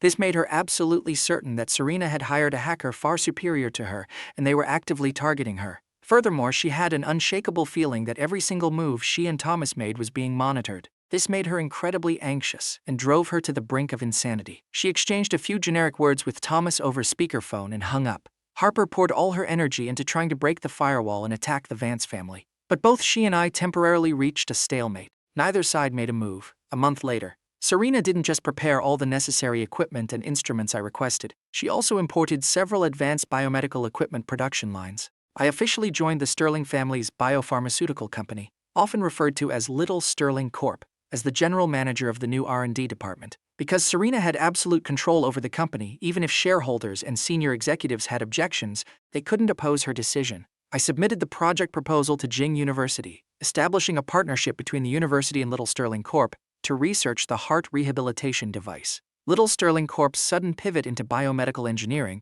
despite having advanced equipment and production lines, severely lacked talent. Serena and I couldn't do it all alone. Aside from recruiting specialized professionals, we needed partnerships to finish the project before the end of the year. Jing University happily agreed to the partnership for two reasons. First, the project had massive potential. If successful, it would save countless heart patients and elevate the university's international reputation. Second, the university wanted a long-term collaboration with Serena. Her imported equipment was far more advanced than the university's. Thanks to this partnership, I was granted massive resources, making the entire university aware of the heart rehabilitation device project, spearheaded by me and Serena. That day, Serena posted on her timeline, "My boyfriend is researching a heart rehabilitation device for me. Reading it, I laughed, realizing her innate love for showing off hadn't changed at all. Even though in this life she was icy and introverted, being with me brought out her braggy side. Since she loved showing off our affection so much, what else could I do but spoil her? I also posted, "I want you to grow old slowly with me. With me here, no one can take you away." I attached a screenshot of Serena's post. Both posts were rapidly shared on the university forums. Everyone was shocked, force-fed a massive dose of PDA. No one expected the icy campus goddess to have this side to her. Turns out, when the academic god Serena fell in love, she became a massive show-off. "I want you to grow old slowly with me." You could practically feel the overwhelming pampering through the screen. Liam Thorne spoils goddess Serena way too much. However, there were also people who mocked us. They assumed I was just putting on an act, trying to use Serena to climb the social ladder and secure my position in high society before she died of her heart condition. Her disease was something even the world's top specialists couldn't cure. How could I possibly invent a device to cure it? They also mocked Serena, saying she devolved from a cold academic god into a completely brain-dead romantic, dumping mountains of cash into equipment and production lines for a totally new field and opening a dedicated research lab just for me. If I failed, wouldn't all those assets be flushed down the drain? Aside from a few people wishing us well, the vast majority did not believe the project would succeed. In high society, many people treated this as a massive joke.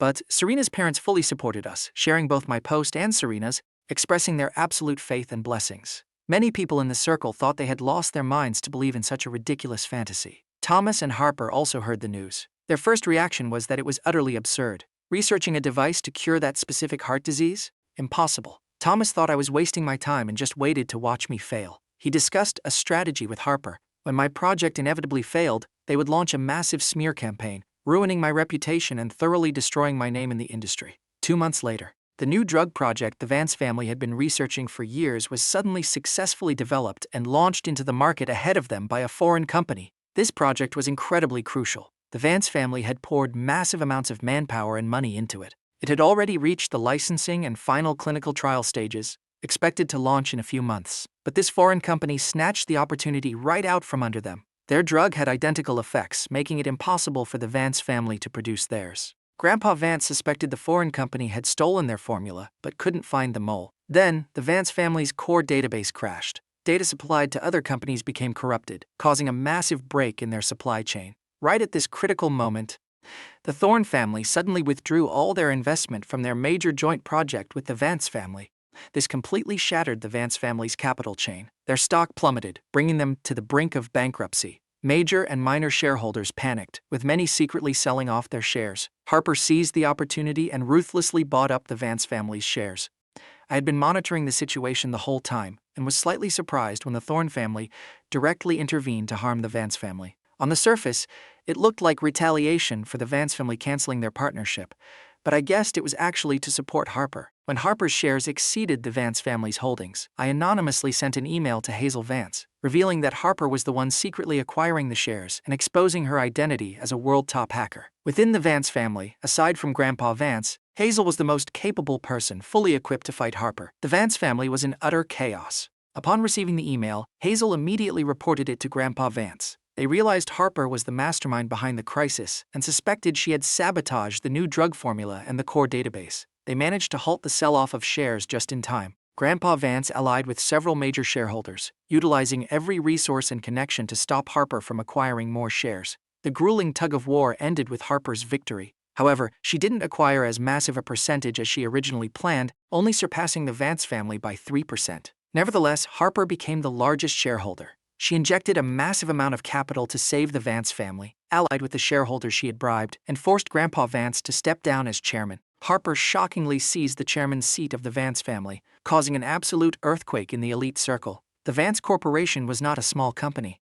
For her to achieve this without any support from the Sterling family, she truly lived up to the terrifying potential of an illegitimate daughter. Upon taking power, the very first thing Harper did was partner with the Thorne Corporation for their new implant project, supplying them with all of the Vance family's core technology at dirt cheap, basically giveaway prices. This decision sparked massive outrage from the Vance family and many shareholders. Harper simply threatened them. If they didn't agree, she would withdraw all her capital and dump her shares, letting the Vance Corporation instantly go bankrupt. Seeing she was dead serious, they realized she was a complete psychopath and had to concede to save the company. Even the Vance family had to back down. The Thorne family emerged as the ultimate winner. Thomas's fame skyrocketed in the elite circle once again. A few months later, Thomas led the Thorne Corporation's R&D team to finalize the new implant device, submitted applications for clinical trials, and launched a massive online marketing campaign.